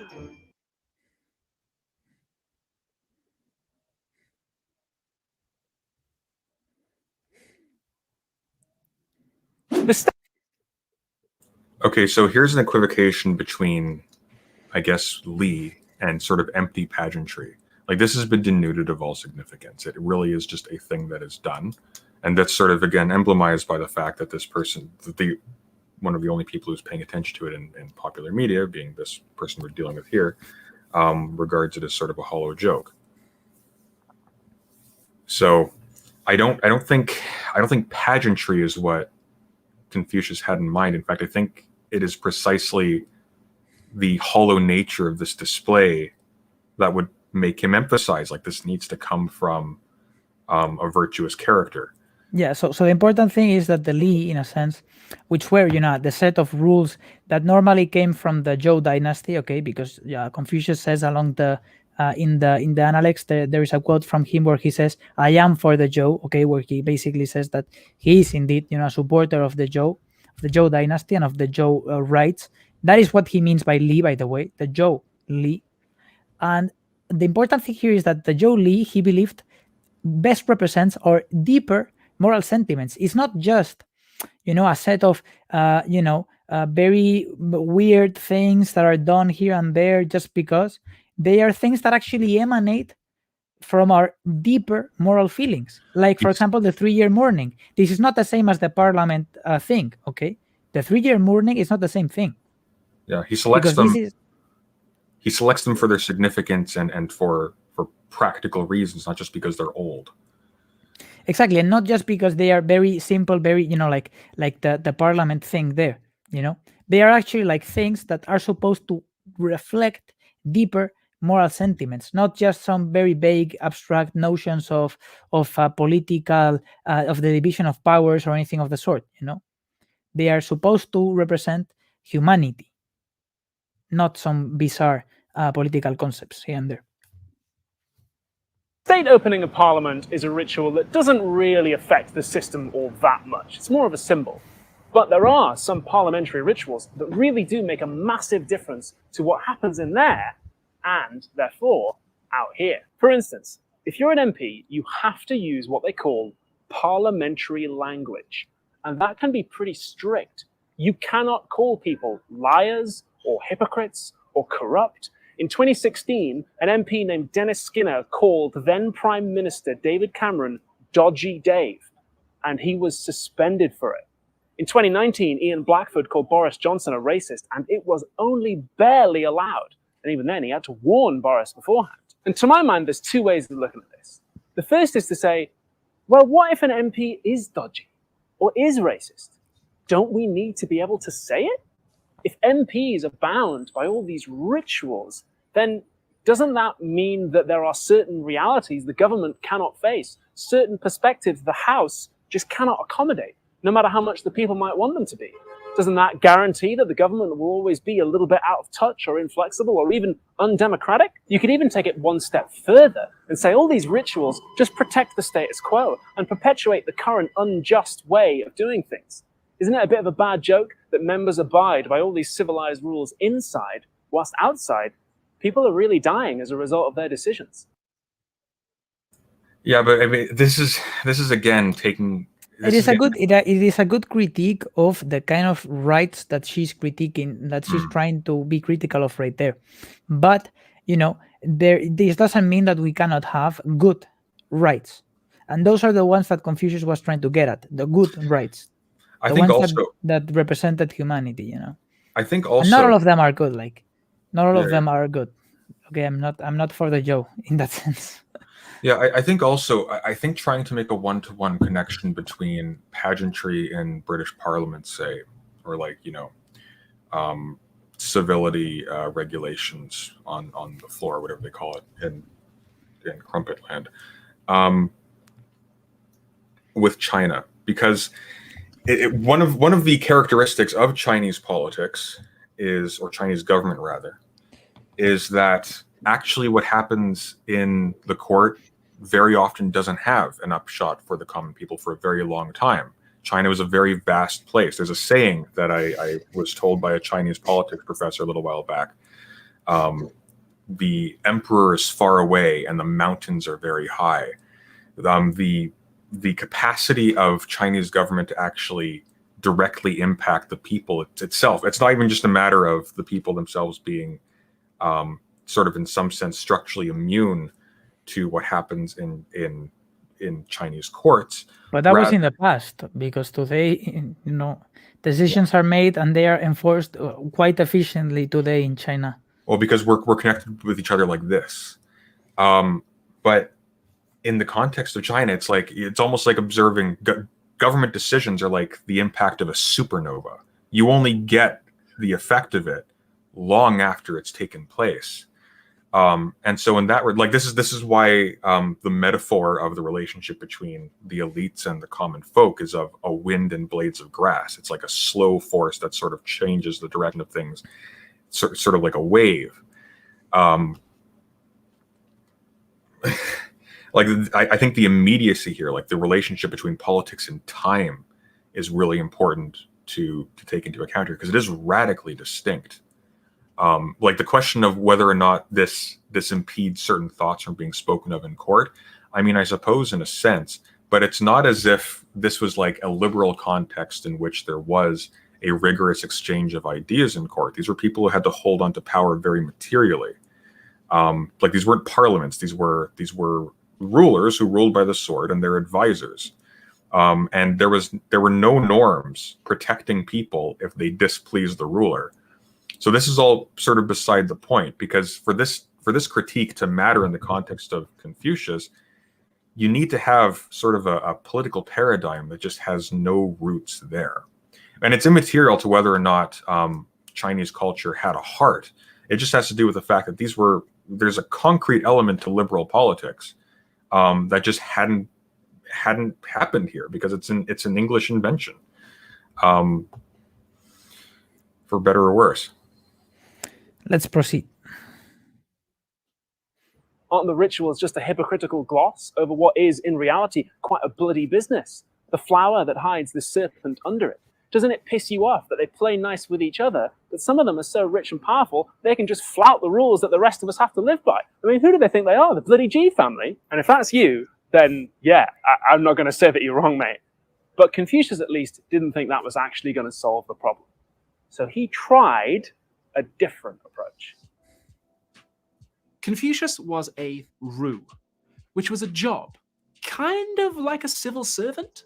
If you were a ru, you would travel round the various states doing government odd jobs, like maybe you become an advisor to the local duke. Maybe you get put in charge of a big ceremony. Maybe you control when the crops get planted now. To be a ru, you had to know all the rules of how everything's supposed to work. Not just the practical government rules, but also all of the li, the rituals. The ru were experts in the details of the conventions of funerals, of daily contexts such as eating and gift exchange, and of other significant ritual locations. Proper ritual performance was seen as both a means to cultivate moral character and as a legitimator of political authority. For these reasons, ru were sought out to serve in official capacities for the landed gentry of the central states of early China. Apparently, ru also translates as moist. Skincare is important. The Cambridge Chinese to English Dictionary defines ru as Skincare is seriously, important, by the who way. That's something that I agree with right there. It's not that important, man.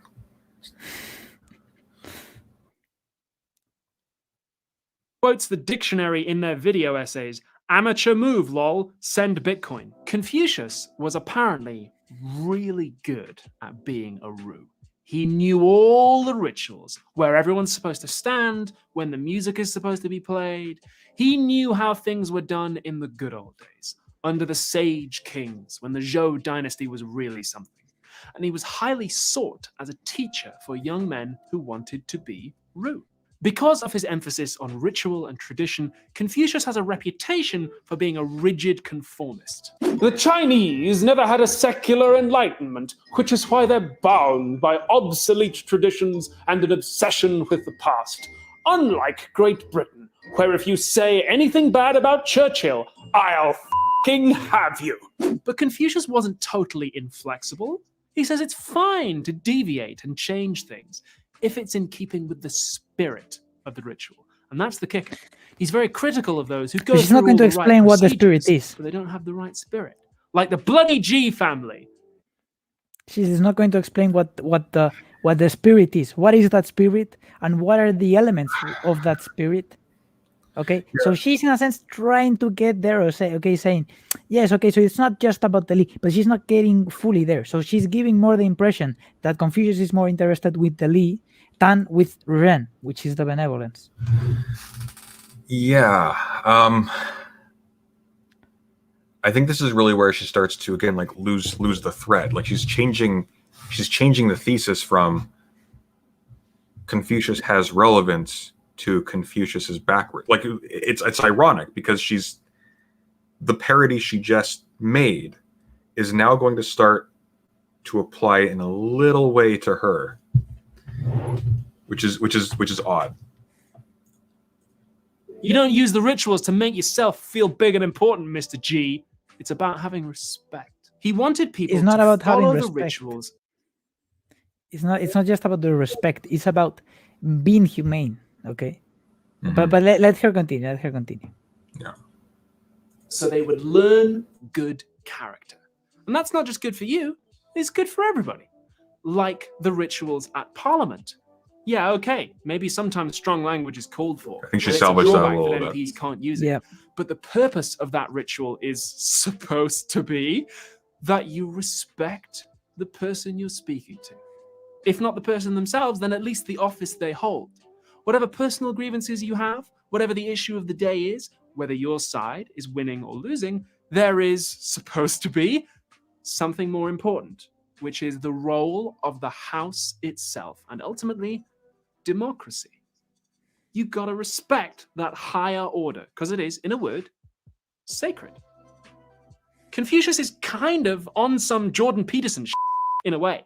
He's like, you gotta respect all these values and these norms that are encoded in the rituals and the stories of our ancient forefathers. It's all You part see, of our society, and it's he's the not values this. that undergird everything, and you gotta respect that. You gotta master all these traditions. You gotta stand up He's and not take some. this. If he was like that, when we were reading Tsai Wo's criticism of Confucius, this would have been Confucius' reaction to Tsai Wo. But what was Confucius' reaction? It wasn't, you gotta respect the Li and the, it wasn't that. It wasn't that. Confucius' reaction was, would you then be able to enjoy eating your rice and wearing your finery? Yes, I would. If you're able to enjoy them, then do so by all means. Okay, this was Confucius' reaction. So it's not what she's saying there. And again, like, who he's addressing matters. Like he's addressing rulers. Like when Jordan Peterson addresses young men, he tells them to keep your sights sort of down to earth. Don't be too ambitious. Don't rock the boat too much. Stuff like that. What Confucius is doing is he's like when Confucius left government, the ruler of, I think the region was Lu. The ruler of Lu had been sent a bunch of courtesans and dancers and whatnot to undermine him, and he ended up neglecting affairs of state because he was just hanging out with all of these women all the time. And there were no immediate consequences for the ruler because, of course, he's immune to the consequences. He has power and wealth. He has all of the things that would that the loss of which would motivate someone to listen to Jordan Peterson, because that's this whole thing. It's like don't allow chaos to get into your life because stuff will break down. You'll lose control, things like that. If you have a certain level of material padding, that's not the case, or at least not for a little while. Confucius is addressing that person. He's not addressing like the low income farmer or what have you. But you need you know what I mean. We need to think about here as for a second. What is Jordan Peterson's message? Okay, let's think because it's not even a very cohesive message that Jordan Peterson has. It is contradictory at times because he's trying ultimately, okay, whether consciously or not, to defend a given set of social conditions, a given set of power structures today, okay? And that is why normally Jordan Peterson has certain contradictions, like one that I identified in the past, where he would say, you need to be, very careful with yourself. You need to care only about yourself. If somebody, does something wrong, think about how you could do better. Think about how you could do things better. Don't focus on other people. Focus only on yourself. And then at the same time, he's going all out on the social justice warriors, saying that these are, ill-minded people that are trying to destroy the West, and that we should all collectively join to battle them, and we should try to do the best to stop their rhetoric instead of just focusing on ourselves and trying to see what we could do better so that these people don't appear in the world. Okay, now this is a contradiction, and this contradiction comes because in the end, his only message is you should only focus on yourself when it comes to engaging in purposeful activities against the status quo. That is his true message, whether he's conscious about it or not. And that's why he has that contradiction in his way of thinking. But this is not Confucius. This is absolutely not Confucius. Confucius is not concerned with making your cleaning your room. Okay, Confucius is concerned with being able to, in a sense, unite people together through a set of moral sentiments that are materially expressed in the Li, and that ultimately bond people together through, moral sentiments of love for your parents, love for your neighbors, love for other people, okay, of being humane to them, of wanting to work with them, okay, on wanting to build with them a good and strong society. But it is not the same as, focus on yourself, what you could be doing better. It doesn't matter what other people do, just clean your room, all of that. Okay, these are different messages. Well, there's revolutionary import here. He's talking about an ideological, in a sense, an ideological restructuring of how people rule. This is it's assiduously not a conservative message. This is new.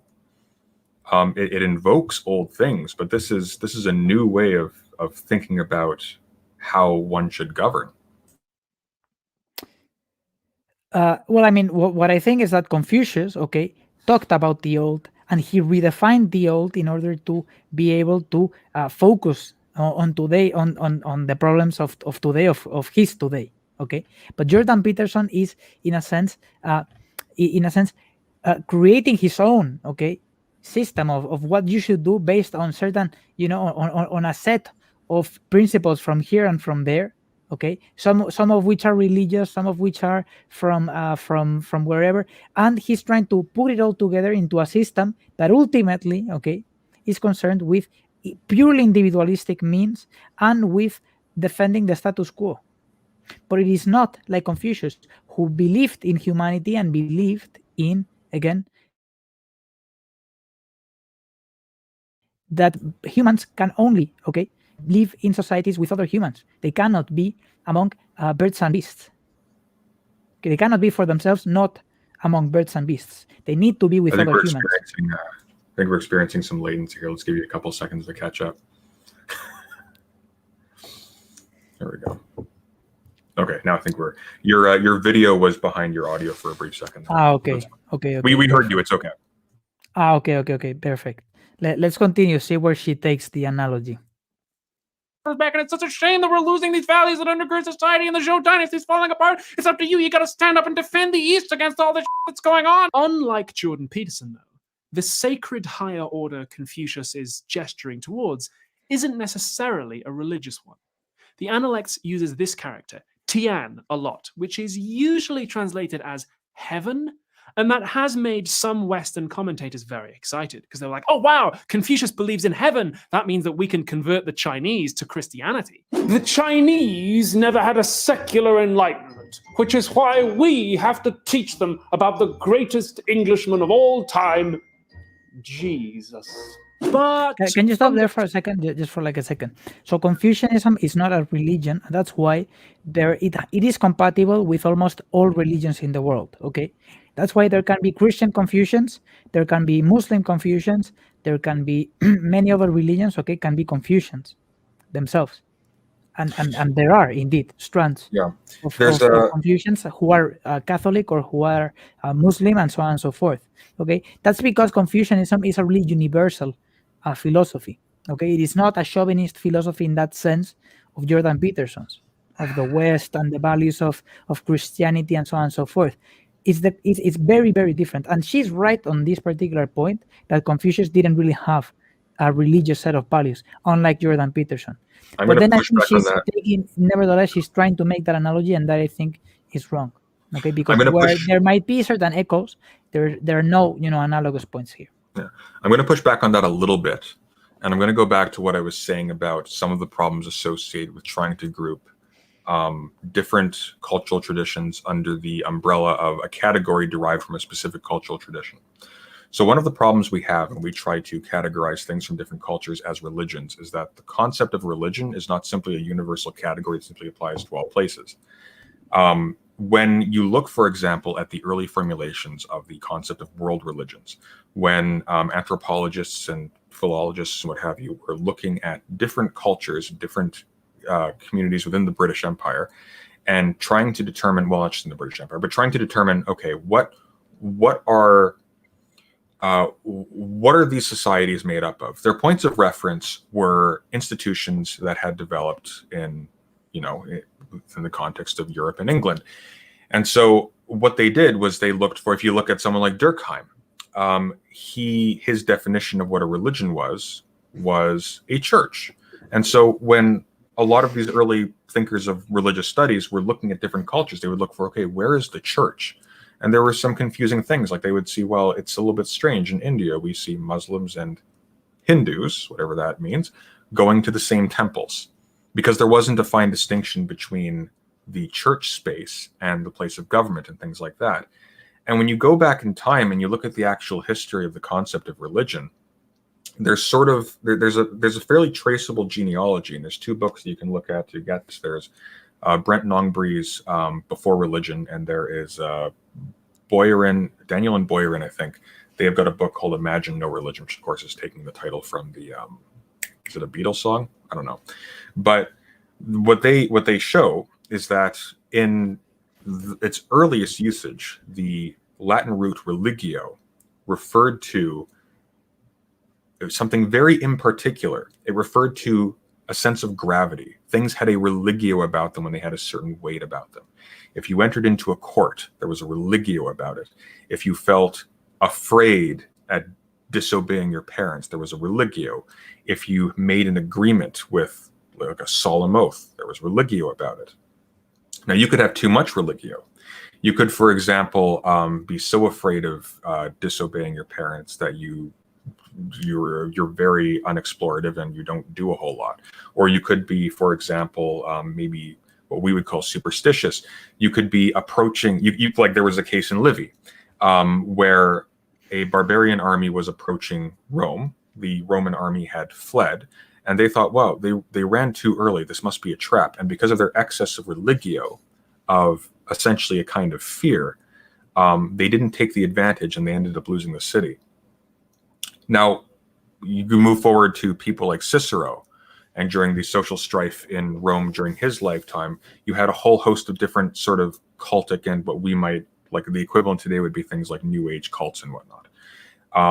And so there was a distinction between proper religio and superstitio, where religio is now no longer construed as being a scalar order of fear or gravity, and now became an appropriate set of practices that was associated with a certain level of fear or gravity. And superstitio was simply inappropriate.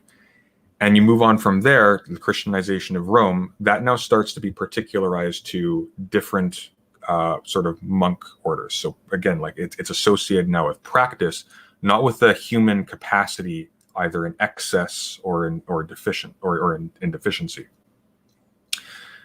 And you move on from there to eventually getting the idea of institutions as religions, and you move on to like these abstractions from there, world religions, which are basically just finding Christianity in its purely formal sense in other cultures where Christianity never was. In the earliest sense, you can absolutely say that Confucius was thoroughly religious. In the later sense, not at all, because this was a material circumstance. This was a particular moment in history where this thing called religion became a fixture in global political life. It's a radically different meanings, and we aren't particular enough about that when we talk about what is a religion and what isn't. So I mean, you would absolutely never call Confucianism a religion, but you would absolutely call someone who abides by it religious, maybe in this earlier sense. But let's keep going. Context, it seems like he's using Tian more to mean fate or destiny or the universe, not so much a personal god. The Cambridge Chinese to English Dictionary defines Tian as, "I'm sorry I stole your dictionary. I'm going through some stuff right now, but it wasn't okay to take it out on you. I did lose the book down a storm drain, but now that I've actually watched your videos, I decided to subscribe, hit the bell, and sign up to your Patreon." Confucius is certainly less mystical than the Buddhists and the Taoists, who were also kicking around at this time. He's not saying you have to follow the rituals because God says so. He thought that if kings and dukes and officials could be inspired to follow the rituals, cultivate good character, and do their jobs with respect, it would inspire everyone else. And that's how we fix a broken society. Just desire the good yourself, and the common people will be good. The virtue of the gentleman is like wind. The virtue of the small man is like grass. Let the wind blow over the grass, and it is sure to bend. Yeah, so this is, if To you can stop govern- it here a second. She's going to give a quote that resembles that message of the initial one. So this is a part of Confucianism that is more or less correct and that is well established, which is that Confucius believed that the sages, so the gentlemen, are in a sense the ones that inspire the lower people, the people that are not gentlemen, to behave properly, to follow the rules, to follow the rights, and to be able to, in a sense, bring society to a higher stage, okay, to a higher level, okay, to a more moral society. Now, this is correct, okay, but I don't think that this is, I think that this is part of a good solution, Confucian's solution to the problems of today. But I think that what is most important is the notion of Ren, okay, of the notion of benevolence being what unites people together, of people behaving in accordance with, okay, the principles of benevolence. And we can debate on what those principles are. But, I think that it is more that it is less, just having politicians that behave like gentlemen, and more, and then inspire other people to behave like gentlemen, which is certainly part of what I would also like to see. But it is also more a system that teaches people those values, and in a sense motivates them, not just from seeing the gentlemen in politics and in other spheres of society being gentlemen, but that they are taught, from the very beginning in an educational system that teaches those moral sentiments, and also in a society that encourages those moral sentiments. Okay, because it's also important, and this is something that Han Feizi, for example, is going to be critical with Confucius. Okay, Mhm. he's going to say, this is going to be later, but to give a gist of what Han Feizi says in critique of, and this is a really strong critique, by the way. Han Feizi says, okay, when he reads the stories about the sage rulers, you don't need to do that because I just realized. When you read, when he read all of those stories about the sage rulers being very kind and being very noble and ruling, like true gentlemen, he said, and the people being, also, respecting filial piety and all of that, he said, you know why these people were able to do this? Because they lived at a time where there was no scarcity. They lived at a time where, populations were small, where, communities were, bonded together through strong material ties. But today, societies are large. This was Han Feizi, by the way. So even today, this is an even better argument. But even at Han Feizi's time, this was a good argument, which is, but today people are no longer, living in small communities where there is an abundance of goods, where they can share with each other, where they can behave properly. And this is his critique to Confucianism. One of the elements of his critique is the material circumstances of today do not allow for people being benevolent. And that's why people are not benevolent anymore. It's not just that we have lost the sentiments, it's that the material circumstances in which we live, and in a sense, Han Feizi is in a sense being a materialist, a Marxist almost in that respect, right? Saying, look, we no longer live with the material circumstances that allow for benevolence to be the bond that unites people together. And that's why Han Feizi gave a different solution to the problem of what is to bond people together. Confucius says, Ren, it's benevolence, it's humanity, what is going to unite people. Han Feizi says it needs to be a strong, powerful state and a legal system associated with that state that is enforced irrespective of who is in what position. Okay, that is Han Feizi's solution. Okay, now the thing is that what I want, okay, the communist solution to this is, yes, okay, there are true elements in both sides here. So what we want to bring about a society where the productive capabilities have advanced to such an extent that there is a superabundance, and we are back at the era of the sage rulers, where people can indeed be humane. So I want to preserve, as a communist, the values and the moral sentiments, some of those that Confucius, for example, the Confucian moral system and political system. But at the same time, I'm also, aware of Han Feizi's criticism, and I say, yes, we need to advance the productive capabilities so that this could actually be done. And that's the fading away of the state. Yes. Yes. And that is what I think the communist solution is. And that is why I am a Confucian, but like I also have my more legalist elements. I can be a legalist in many ways as well. Yeah, because Confucius speaks to a specific time and place. And it may be a time and place that we want to revive in certain respects, or at least the good parts of, but it doesn't provide solutions for a world in which material conditions have shifted radically from that. Yes. I think that's perhaps one of the major flaws of this video, is that she's attempting to apply Confucius directly to our condition, when our condition is it's like trying to apply chess strategy to checkers or something. Is to correct. If you set an example by being correct, Who would dare to remain incorrect? Also, unlike Jordan Peterson, Confucius didn't think that following the rituals and cultivating good character would necessarily benefit you. A lot of the advice he gives seems to me to be aimed at young men, and they were men, starting out in their careers as rude. There's stuff in here about one thing here not that comparing is yourself important to to note is that Confucius was really backward in the sense of talking about women. Okay, Confucius didn't have very good things to say about women, and that is something that many Confucians have been critical with throughout the centuries. Okay, and that is part of the reason why many Confucians have then been the ones that advocated for universal education applied to women too. One of those was, for example, Lim Bun-kang, okay, who was a Straits-born Chinese and a really, really famous Confucian thinker, and also a medical doctor, and so on and so forth. And one of the things that he did, for example, was promote the education of women, of young girls as well, you know.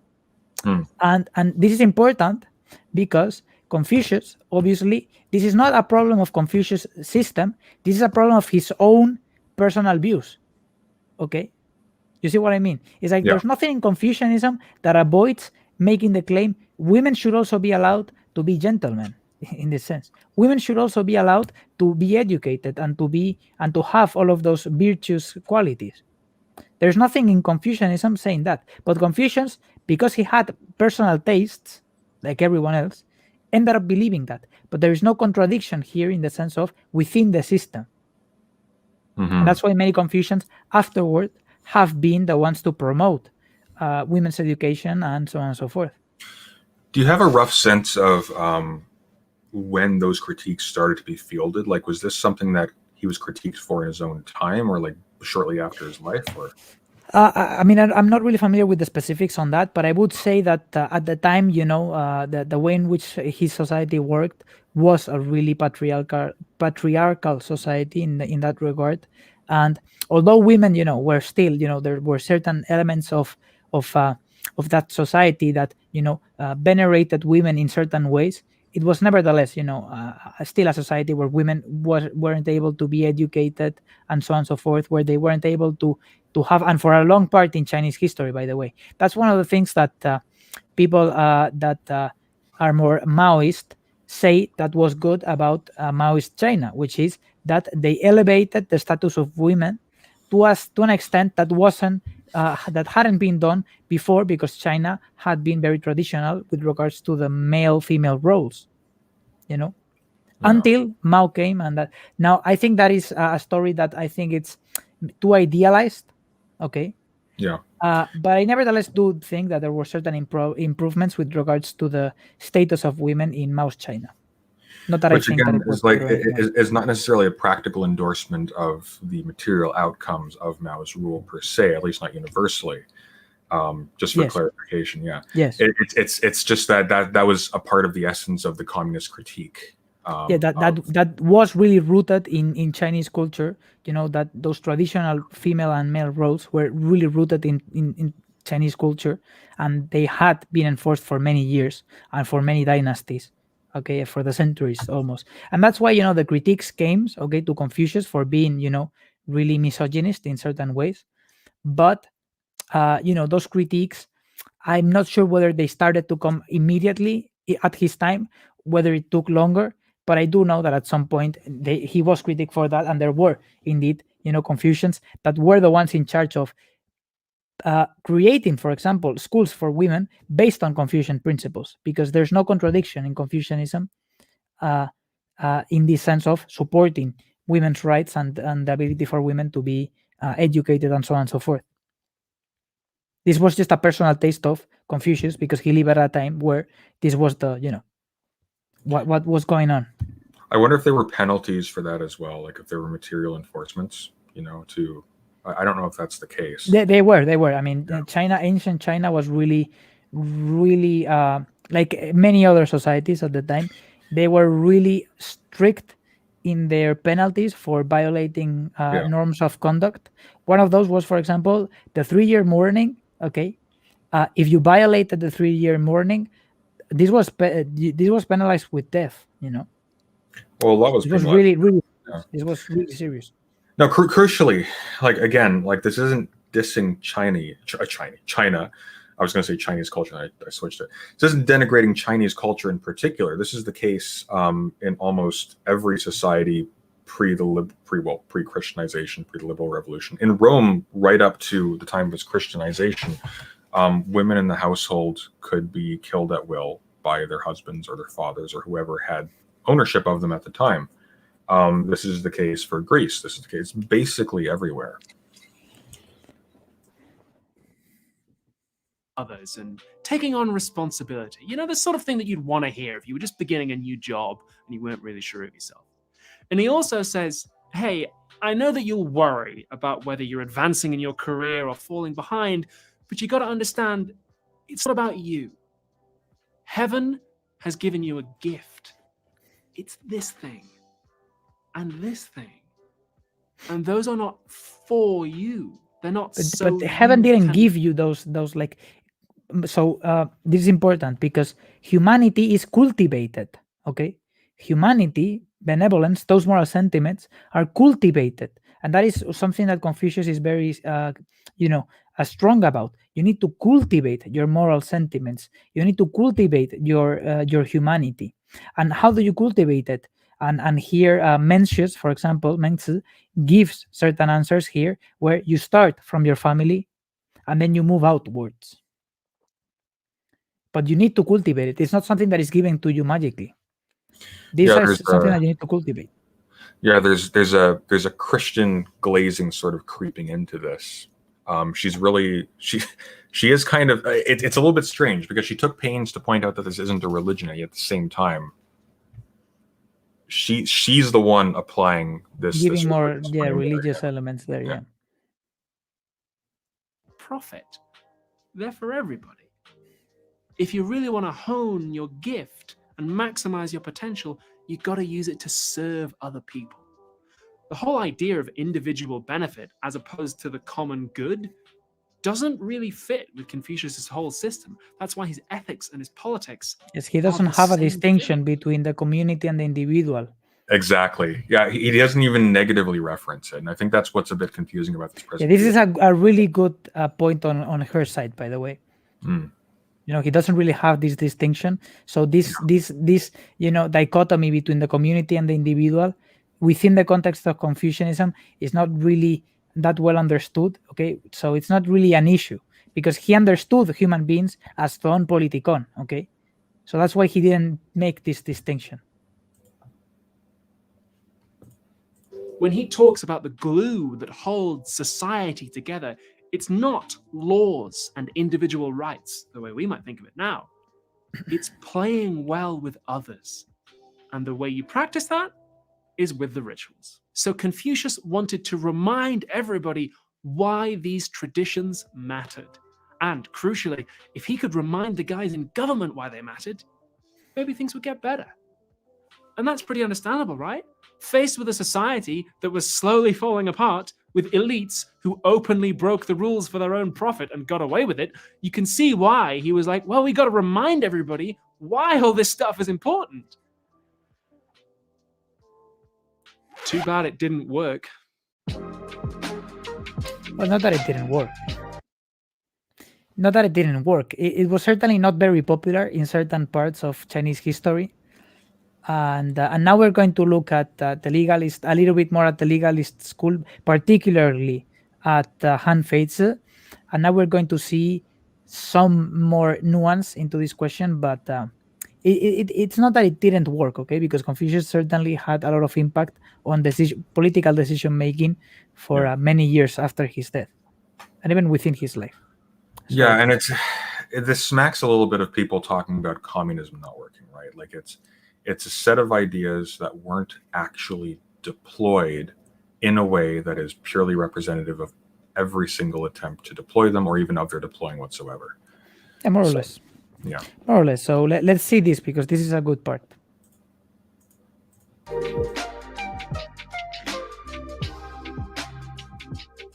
Fast forward a couple of hundred years to another philosopher called Junzi. He was. So this is about pronunciation as well. This is Shunzi. Shunzi. Okay, maybe I'm not pronouncing it in the best way, but it's certainly better than the pronunciation that she's giving right there. And this was a Confucian philosopher, but he had more legalist elements. Although he had more legalist elements. Although the legalist school was not developed at his time. Not even the actual what today we consider the legalist philosophers. Not even they. It is debated whether or not they saw themselves as being within this system, okay, of thinking. But yes, Shunzi was a Confucian, and he was, a teacher of Han Feizi, but he had certain elements that inspired Han Feizi to move towards what we now know as the legalist school. About following the rituals and cultivating virtue, but he was even less spiritual.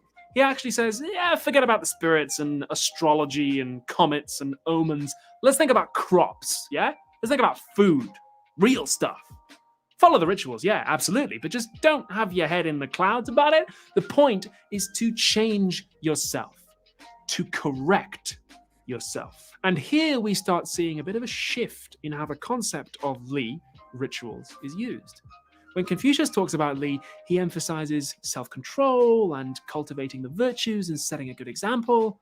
When Junzi talks about Li, he's talking about it being enforced. Crooked wood must be heated and bent before it becomes straight. Blunt metal must be ground and wetted before it becomes sharp. The nature of man is evil. It must depend on teachers and laws to become correct and achieve Li, and then it becomes disciplined. Without teachers and laws, he is unbalanced, off the track, and incorrect. Without Li, there will be rebellion, disorder, and chaos. The sage kings of antiquity, knowing that the nature of man is evil and that it is unbalanced, off the track, incorrect, rebellious, disorderly, and undisciplined, created Li and instituted laws and systems in order to correct man's feelings, transform them and direct them so that they may all become disciplined. That idea that human nature is evil isn't in the Analects. Confucius is kind of Well, ambiguous. you know what?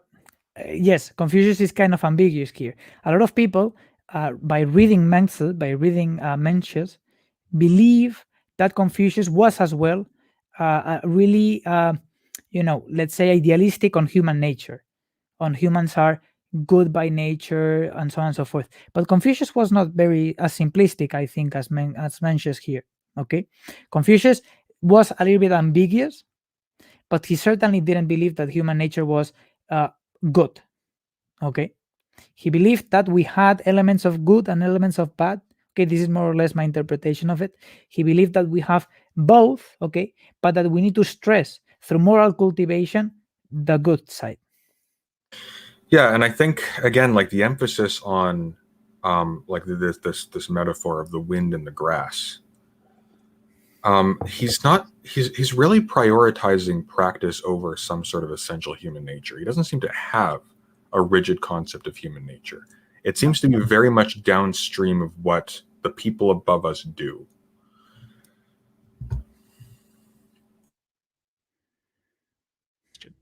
It's a later idea, and it caught on. Junzi had an apprentice, Han Fei, and he wasn't a Confucian. He was a legalist. The legalists But were he a group didn't of see thinkers himself who as didn't being have one, time. Like they didn't see. It is debated whether or not they saw themselves as being the legalist. Okay, the Confucians did see themselves more or less as being Confucians, but the legalists not so much. Okay, this is more of a latter, categorization of these thinkers as legalists. Okay, this is a contentious topic, but that is more or less my opinion there. For all this virtue and wisdom shit. That's not how you run a country.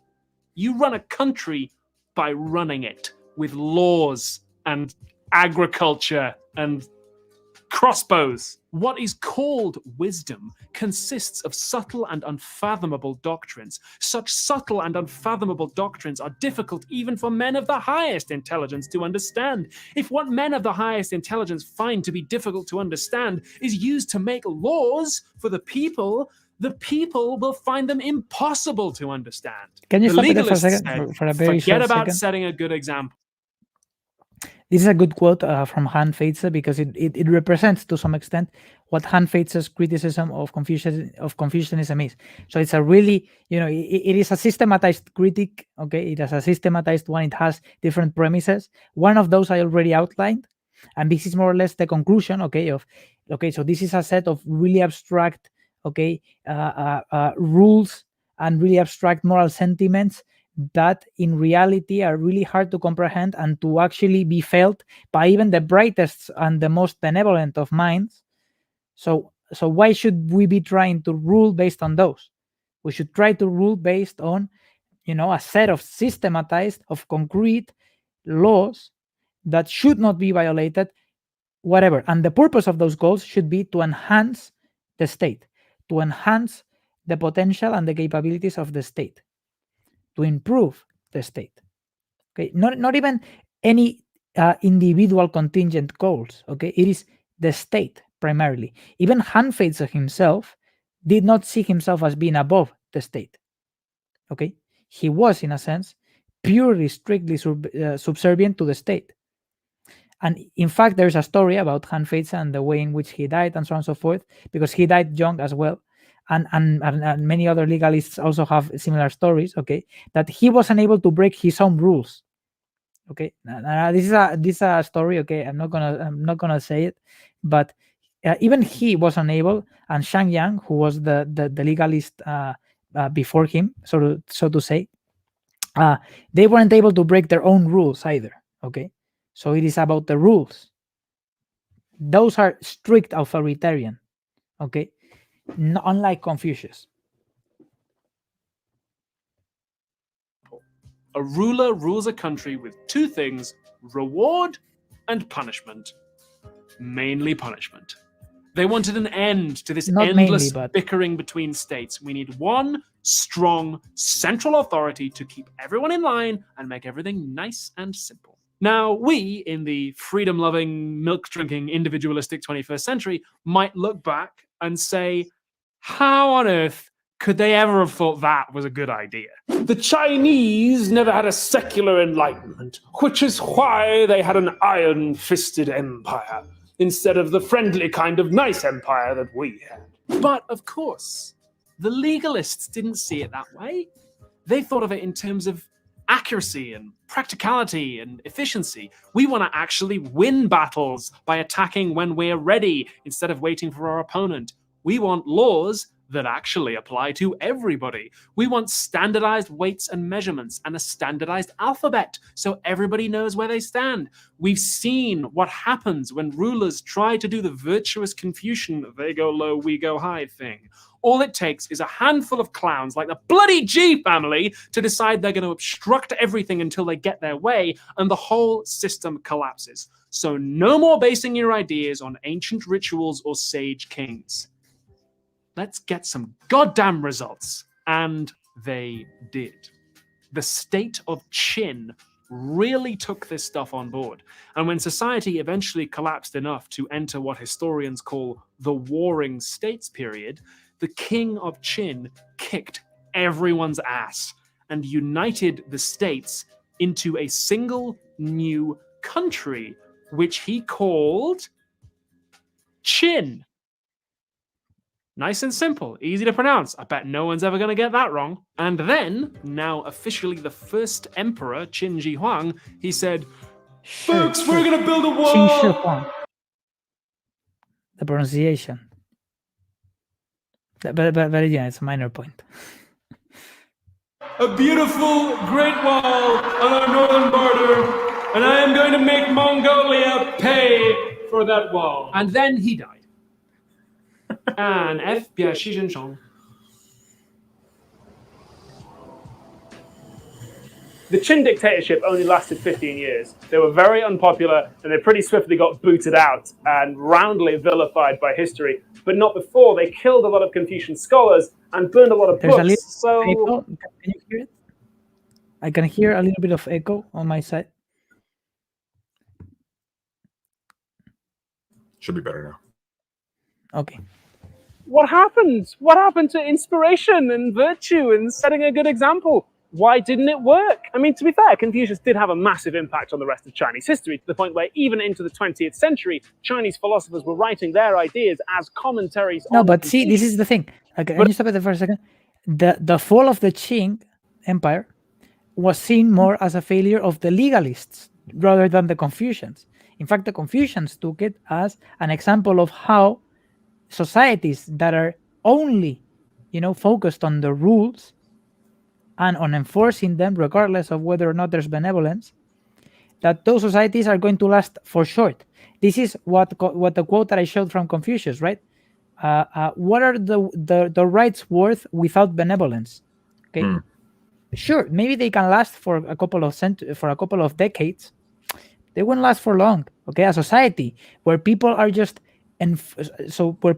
forced to do things, the second that the forces weaken, those people are not going to do those things anymore. Those people are going to fall out of line. That is the main point of Confucius, is we need to prioritize the moral sentiments because those are more durable than the rights, than the rules. Okay, those are actually more durable and they are stronger. And this is one of the things that Zizek, for example, says in one of his I think in one of his books. Okay, he makes this point, right, that the most authoritarian of two potential authorities is not one that simply gives you a set of rules and tells you, okay, this is what you have to do, because you can rebel against that, and the second that authority is taken down, you can immediately start doing whatever you want. The strongest of authorities is one where there is a set of rules, a defined set of rules, and the deep moral personal commitment to actually go ahead and do those things. Okay, and the example that he gives is really good. Is think about a father that wants you to go to your grandmother's house and give her a kiss. Okay, who is given a stronger, more profound order? The one that says you should go there, I don't care how you feel, just go there and give your grandmother a kiss, or the one that says, oh no, you know how much your grandmother loves you. Are you aware of how much your grandmother loves you? Why would you not go there and give her a kiss? Both things are asking you to do the exact same thing, although one is stronger because it's not only telling you what you need to do, but how you need to feel about it. Weren't you nursed by your mother for 3 years? Exactly. Yes. But at the same time, the Zhou dynasty did not survive. Modern Chinese philosophers, especially since the Cultural Revolution, have asked, is Confucius still relevant? And hey, I'm not a historian, but one thing that does stand out to me is that Confucius' system is very moralistic. He's like, hey, things will get better if we can just raise awareness and get people to behave more morally. And the way we do that is with the rituals. So it's worth asking, if everybody on planet Earth woke up tomorrow and was like 50% more moral, whatever that means, right? Like more compassionate, less quick to anger, more concerned with the welfare of others, however you want to cash it out. Tomorrow morning, everybody wakes up like 50% better. Would that actually solve the problems? Would that solve global warming? Would it solve homelessness or police brutality and the rise of fascism? I mean, don't get me wrong, it might make people more inclined to do the things that would help, but then why don't we just focus on doing those things? But that's critically important. So Confucius seems to be ambiguous as to like a state of emergency, right? But your capacity to address a state of emergency depends on the cooperation of the people under you. Yes, so I think here that that is a good point. Okay, which is if we want to be able to solve today's problems applying Confucian philosophy, we should be aware that it is not just benevolence that is going to get us where we want to go. And this is why I was saying before that the right solution is the communist solution, is we should develop the material forces of society to the extent where we can live the Confucian principles, where we can actually have them be the ones that dictate our engagement with other people. But at certain times, we're going to have to make sacrifices. We're going to have to make certain judgments that are not necessarily the most Confucian ones. That is, I think, more or less the synthesis here.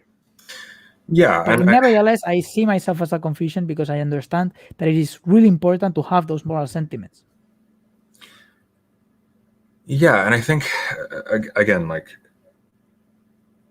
in those terms, one of the things that Marxism seeks to reclaim again is, again, the fading away of the state and the revitalization of local concrete communities with actual people.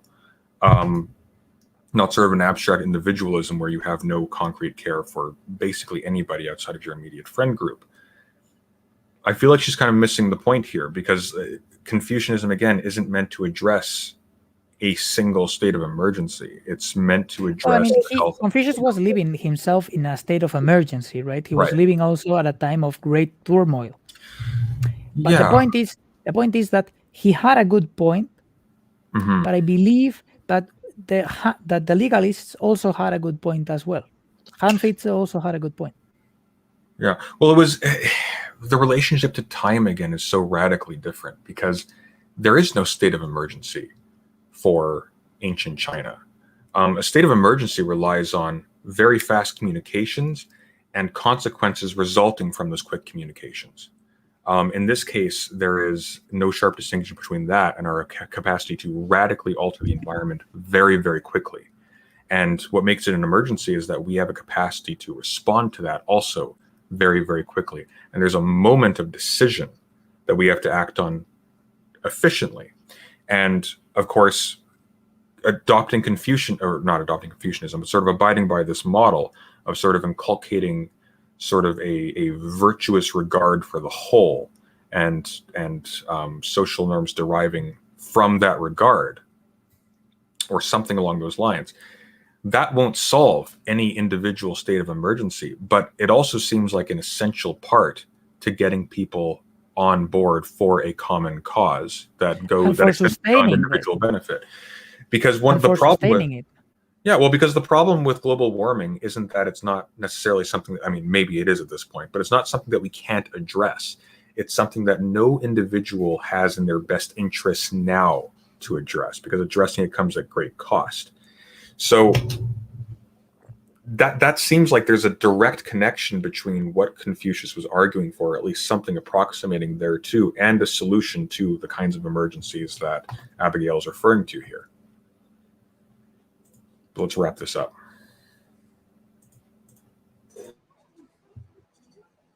I mean, to be fair to the Grandmaster, that is a very modern criticism. It's informed by hundreds of years worth of theory and evidence that he didn't have access to, so it's kind of cheating, but it is something that just stood out to me. Presumably, people in Confucius's time were sick of the state of things, the way that a lot of us are sick of it now.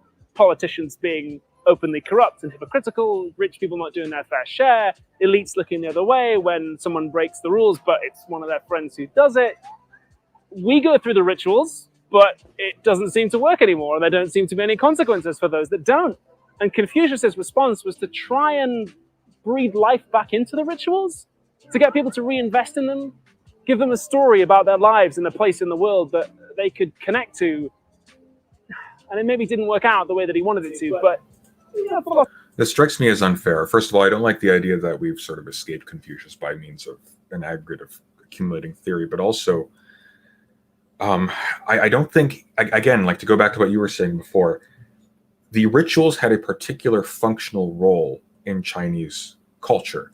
It wasn't just that he thought reinvigorating the rituals qua rituals would do this. It's that the rituals had a direct connection with the way in which people relate to one another in a filial sense. I don't know. It doesn't seem like a modern, it seems like she's dipping into the same chauvinism that she was critiquing earlier, which is a bit disappointing. Philosophy doesn't have to work for it to be illuminating or for it to be responding to a genuine emotional need. I feel like if nothing else, there's something comforting in knowing that you are not the first person to live through times like these. Yeah, greasy colors on my plate. You kind of are, though. You kind of are, though. Well, What is the takeaway? I don't know, because she started off saying, like, look, this is really relevant to today's world. And then at the end of it, she's like, no, it's not. No, he just wants to reinvigorate ancient Chinese rituals. And that's not going to solve global climate change. So that's all she had. And it's like really? It was so strong for the first. I mean, it was even good, honestly, like better than I remembered it in the latter point. Like she made some good points. But then at the end of it, she just treats it as discardable effectively. It's like, oh, hey, you know what? You can feel good because Confucius, he lived through some crap too. But that's so meaningless. I think that she takes Han Feitze and she sees Han Feitze's, let's say, critiques of Confucianism, and she, in a sense, becomes too embedded into those critiques, and then stops looking at the deeper message, which I don't think she even got that well, okay? Which is the fact that you need, in order to sustain the rituals, in order to sustain social order, you need to have those moral sentiments, okay?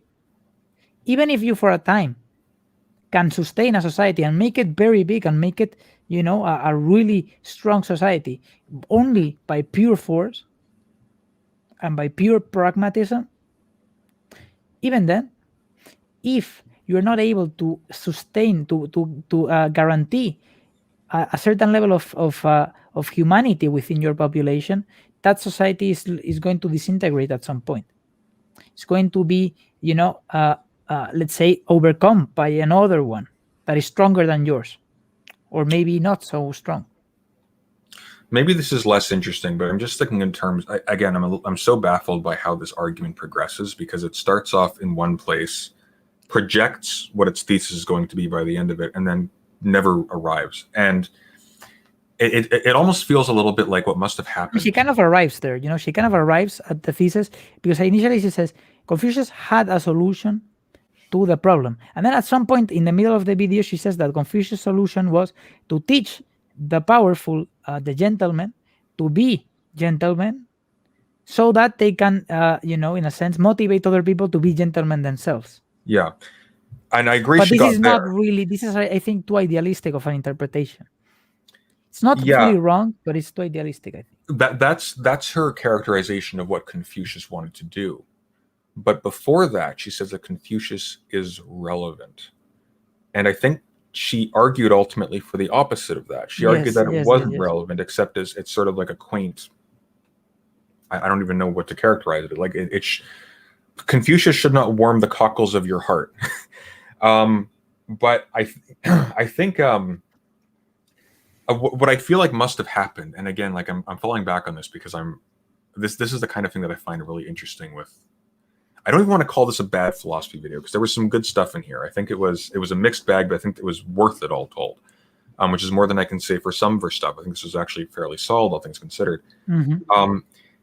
It's sort of like when you're an undergraduate and you're introduced to Plato for the first time. Say you read Plato's Republic in the first year, political science or philosophy course, and all of a sudden you're a Platonist. And then the next year you read Aristotle and you're an Aristotelian. And then you go through the motions. I feel like that's what happened with this as was being made. I think she read Confucius. Oh, interesting. Wrote down the Confucius. Read critiques, and then became all of a sudden But you know what Hegel's solution is? You know what Hegel's solution is? You know what Hegel says? Don't ask me that. I'm not that good at Hegelian. Well, I think so. I'm not a Hegelian, like a strict, Hegelian scholar, but I would say that Hegel's solution would be more or less to say that yes, both aspects of that argument, okay, both aspects of that dialectic were the ones that got us to a synthesis where we are now, okay, which is the one that I tried to present there with communism, right? That was the synthesis that I tried to present. So when he was discussing Plato, he wasn't discussing Plato in the sense of he was completely debunked by Aristotle, and then after that, Plato is wrong, is worthless. We just focus on a different one. Plato was onto something, and then came Aristotle, and now we have a synthesis of both. Yeah, well, it's like the initial theory, the one that is being grown, it contains its opposite within itself. So it's not so much a dissolution of earlier theory; it's kind of an unfolding of the theory. Exactly. Yeah. Slubbergully says if someone read Plato and became a Platonist, then read Aristotle and became an Aristotelian, they would remain a Platonist. I'm not sure if I agree with the sense of that, but yeah, basically. What was your takeaway? What did you think of this? Well, I mean, I think that the main takeaway is that whenever you're trying to do pop philosophy, it is not bad, okay, to do pop philosophy, of trying to, of getting philosophy out to people that are not necessarily philosophers, and in a way that is approachable, that is easy to understand. When you're doing it, you need to be more careful, okay? I think that you should do it because there's different ways in which you can reach people, and this is certainly one, and it is a really effective one. But if you really want to get the points across and you want to engage in really solid philosophical thinking, even if it's not the highest quality philosophical thinking, but if you want to get to a good discussion level, to a good level of discussion, you should pay a little bit more of attention to the original sources, to the things, okay? Because I think that the main problem here was the point with the Li and the Zhen, okay, and then how she completely and then how she read handfates and then thought, well, then Confucianism, at the beginning of the video maybe it was helpful and all of that, but actually, you know what, maybe handfates had a point there, and this is all just like abstract moralizing talking that we shouldn't really take into too much consideration, because we really need to solve prescient issues today, Yeah. But you should be a little bit more careful. I think you put your finger on something really important, and this is, again, sort of the irony. I think you can do a philosophical analysis badly and there still be value in it if you create fascination with the writer such that people are inclined to investigate themselves. I think the worst thing she does is at the end is she dissolves whatever interest she generated by saying that, you know what, this can't address, really interesting and really pressing problems today. And that is hugely irresponsible. And ironically enough, this is me personally. This is my biggest critique of Peterson. It's not the inconsistency of his arguments. It's that he will let's say he'll talk about Foucault, and he'll say, well, Foucault just wanted to assert communism by other means. He was just a slippery little ideological double agent. Because he characterizes him in that way, people approach Foucault with suspicion and bad faith, and they don't read him and try to understand him. Same with his treatment of Marx, same with his treatment. I don't know if he treats Hegel, but you know what I mean. And yes. It's that's what she did here. She told people effectively, hey guys, this is really interesting, but don't take it too seriously because he really can't help us at all. There's really nothing of interest here. And it makes me reevaluate now, actually, my whole how much I appreciate this video, because again, it did a really good job early on of generating fascination, but then it reduced it to just sort of a trivial artifact. And that's just, I don't know, it's disappointing. And I think if people take that last bit away, and hopefully they don't, but if people take the last bit away, that's actually destructive of philosophy. So. Yeah, I mean, I agree pretty much entirely with your sentiment here, because I think, and this is the point, right, that I was getting at. When you're doing pop philosophy, it's good. Okay, you should do it because I want to diversify the ways in which we reach people and teach them important things. But you shouldn't, in a sense, shoot yourself in the foot by presenting those things in a way that is interesting, and then in the end saying, you know what, maybe this wasn't that interesting all along. Yeah. I think that we should take Confucius a little bit more seriously, and we should take the entire Confucian framework more seriously. And it is complicated and it is dense, and certain parts are really, immaterial in the sense of they're really concerned only with, the good, the characters, the moral character, and and the moral sentiments and so on and so forth. But I do believe that there is worth in those, and there is worth in reading that and in learning those and in being, Yeah. more moral and more, And what you'll and again, like if you approach this and you pick this up and you're just kind of baffled, like, what is this? Isn't philosophy? It's just saying things. Again, like, you have to, if you read about books about Chinese philosophy, what it's really emphasized is that the genre of philosophical writing is really what's distinct here. The activity of philosophy, insofar as we're not being super hyper modern and specific and excluding like huge swaths of traditional Western philosophy. The activity of philosophy is taking place behind the text. The text itself implies philosophical argumentation. It's definitely enriched by reading somebody like Aristotle, who goes directly into his reasoning process for how he arrives ultimately at very similar places as Confucius in a lot of ways, especially in book 2 of the Politics, or book 7. It's one of the Education, I can't remember, but I think it's both actually. But it's just a damn shame, because if she cuts off the very end of this video, it's actually really good. And yeah, but anyways, we've been going for we're going close to 3 hours now, 2.5 hours. 2 hours and a half, yeah. Let's call it Go here. to questions. I have blood clots. We can do this again. So we're not answering questions this time? Did you want to answer questions? We can absolutely. I mean, I don't know if there are questions here. I didn't see them, but well, let me take a look. Oh, you know what? There actually was one that I saw. That was directed to you, actually. From Novins and Hosek, for Victor, relative to what was said, who overthrew the Qins? The Qings, the Han Dynasty, the Han Dynasty. So I mean, the story of how the Qing was the Qing Dynasty was overthrown is complex, and it has different stages. It has a little bit of betrayals here and there, but the Han Dynasty was the one that, in a sense, came after the Qing. Okay. Yeah. And then somebody asked me if I was familiar with cool stuff. Asked President Sunday, do you know anything about distributism? I haven't looked into it in depth. Obviously, G.K. Chesterton is the most famous representative of that political philosophy or theory or whatever. My general impression of it, I'm not impressed by its advocates, not enough to look too deeply into it. Maybe I will at some point in the future, but it seems really a way of getting at socialist ends without doing the hard work of the hard analytical work that socialists did.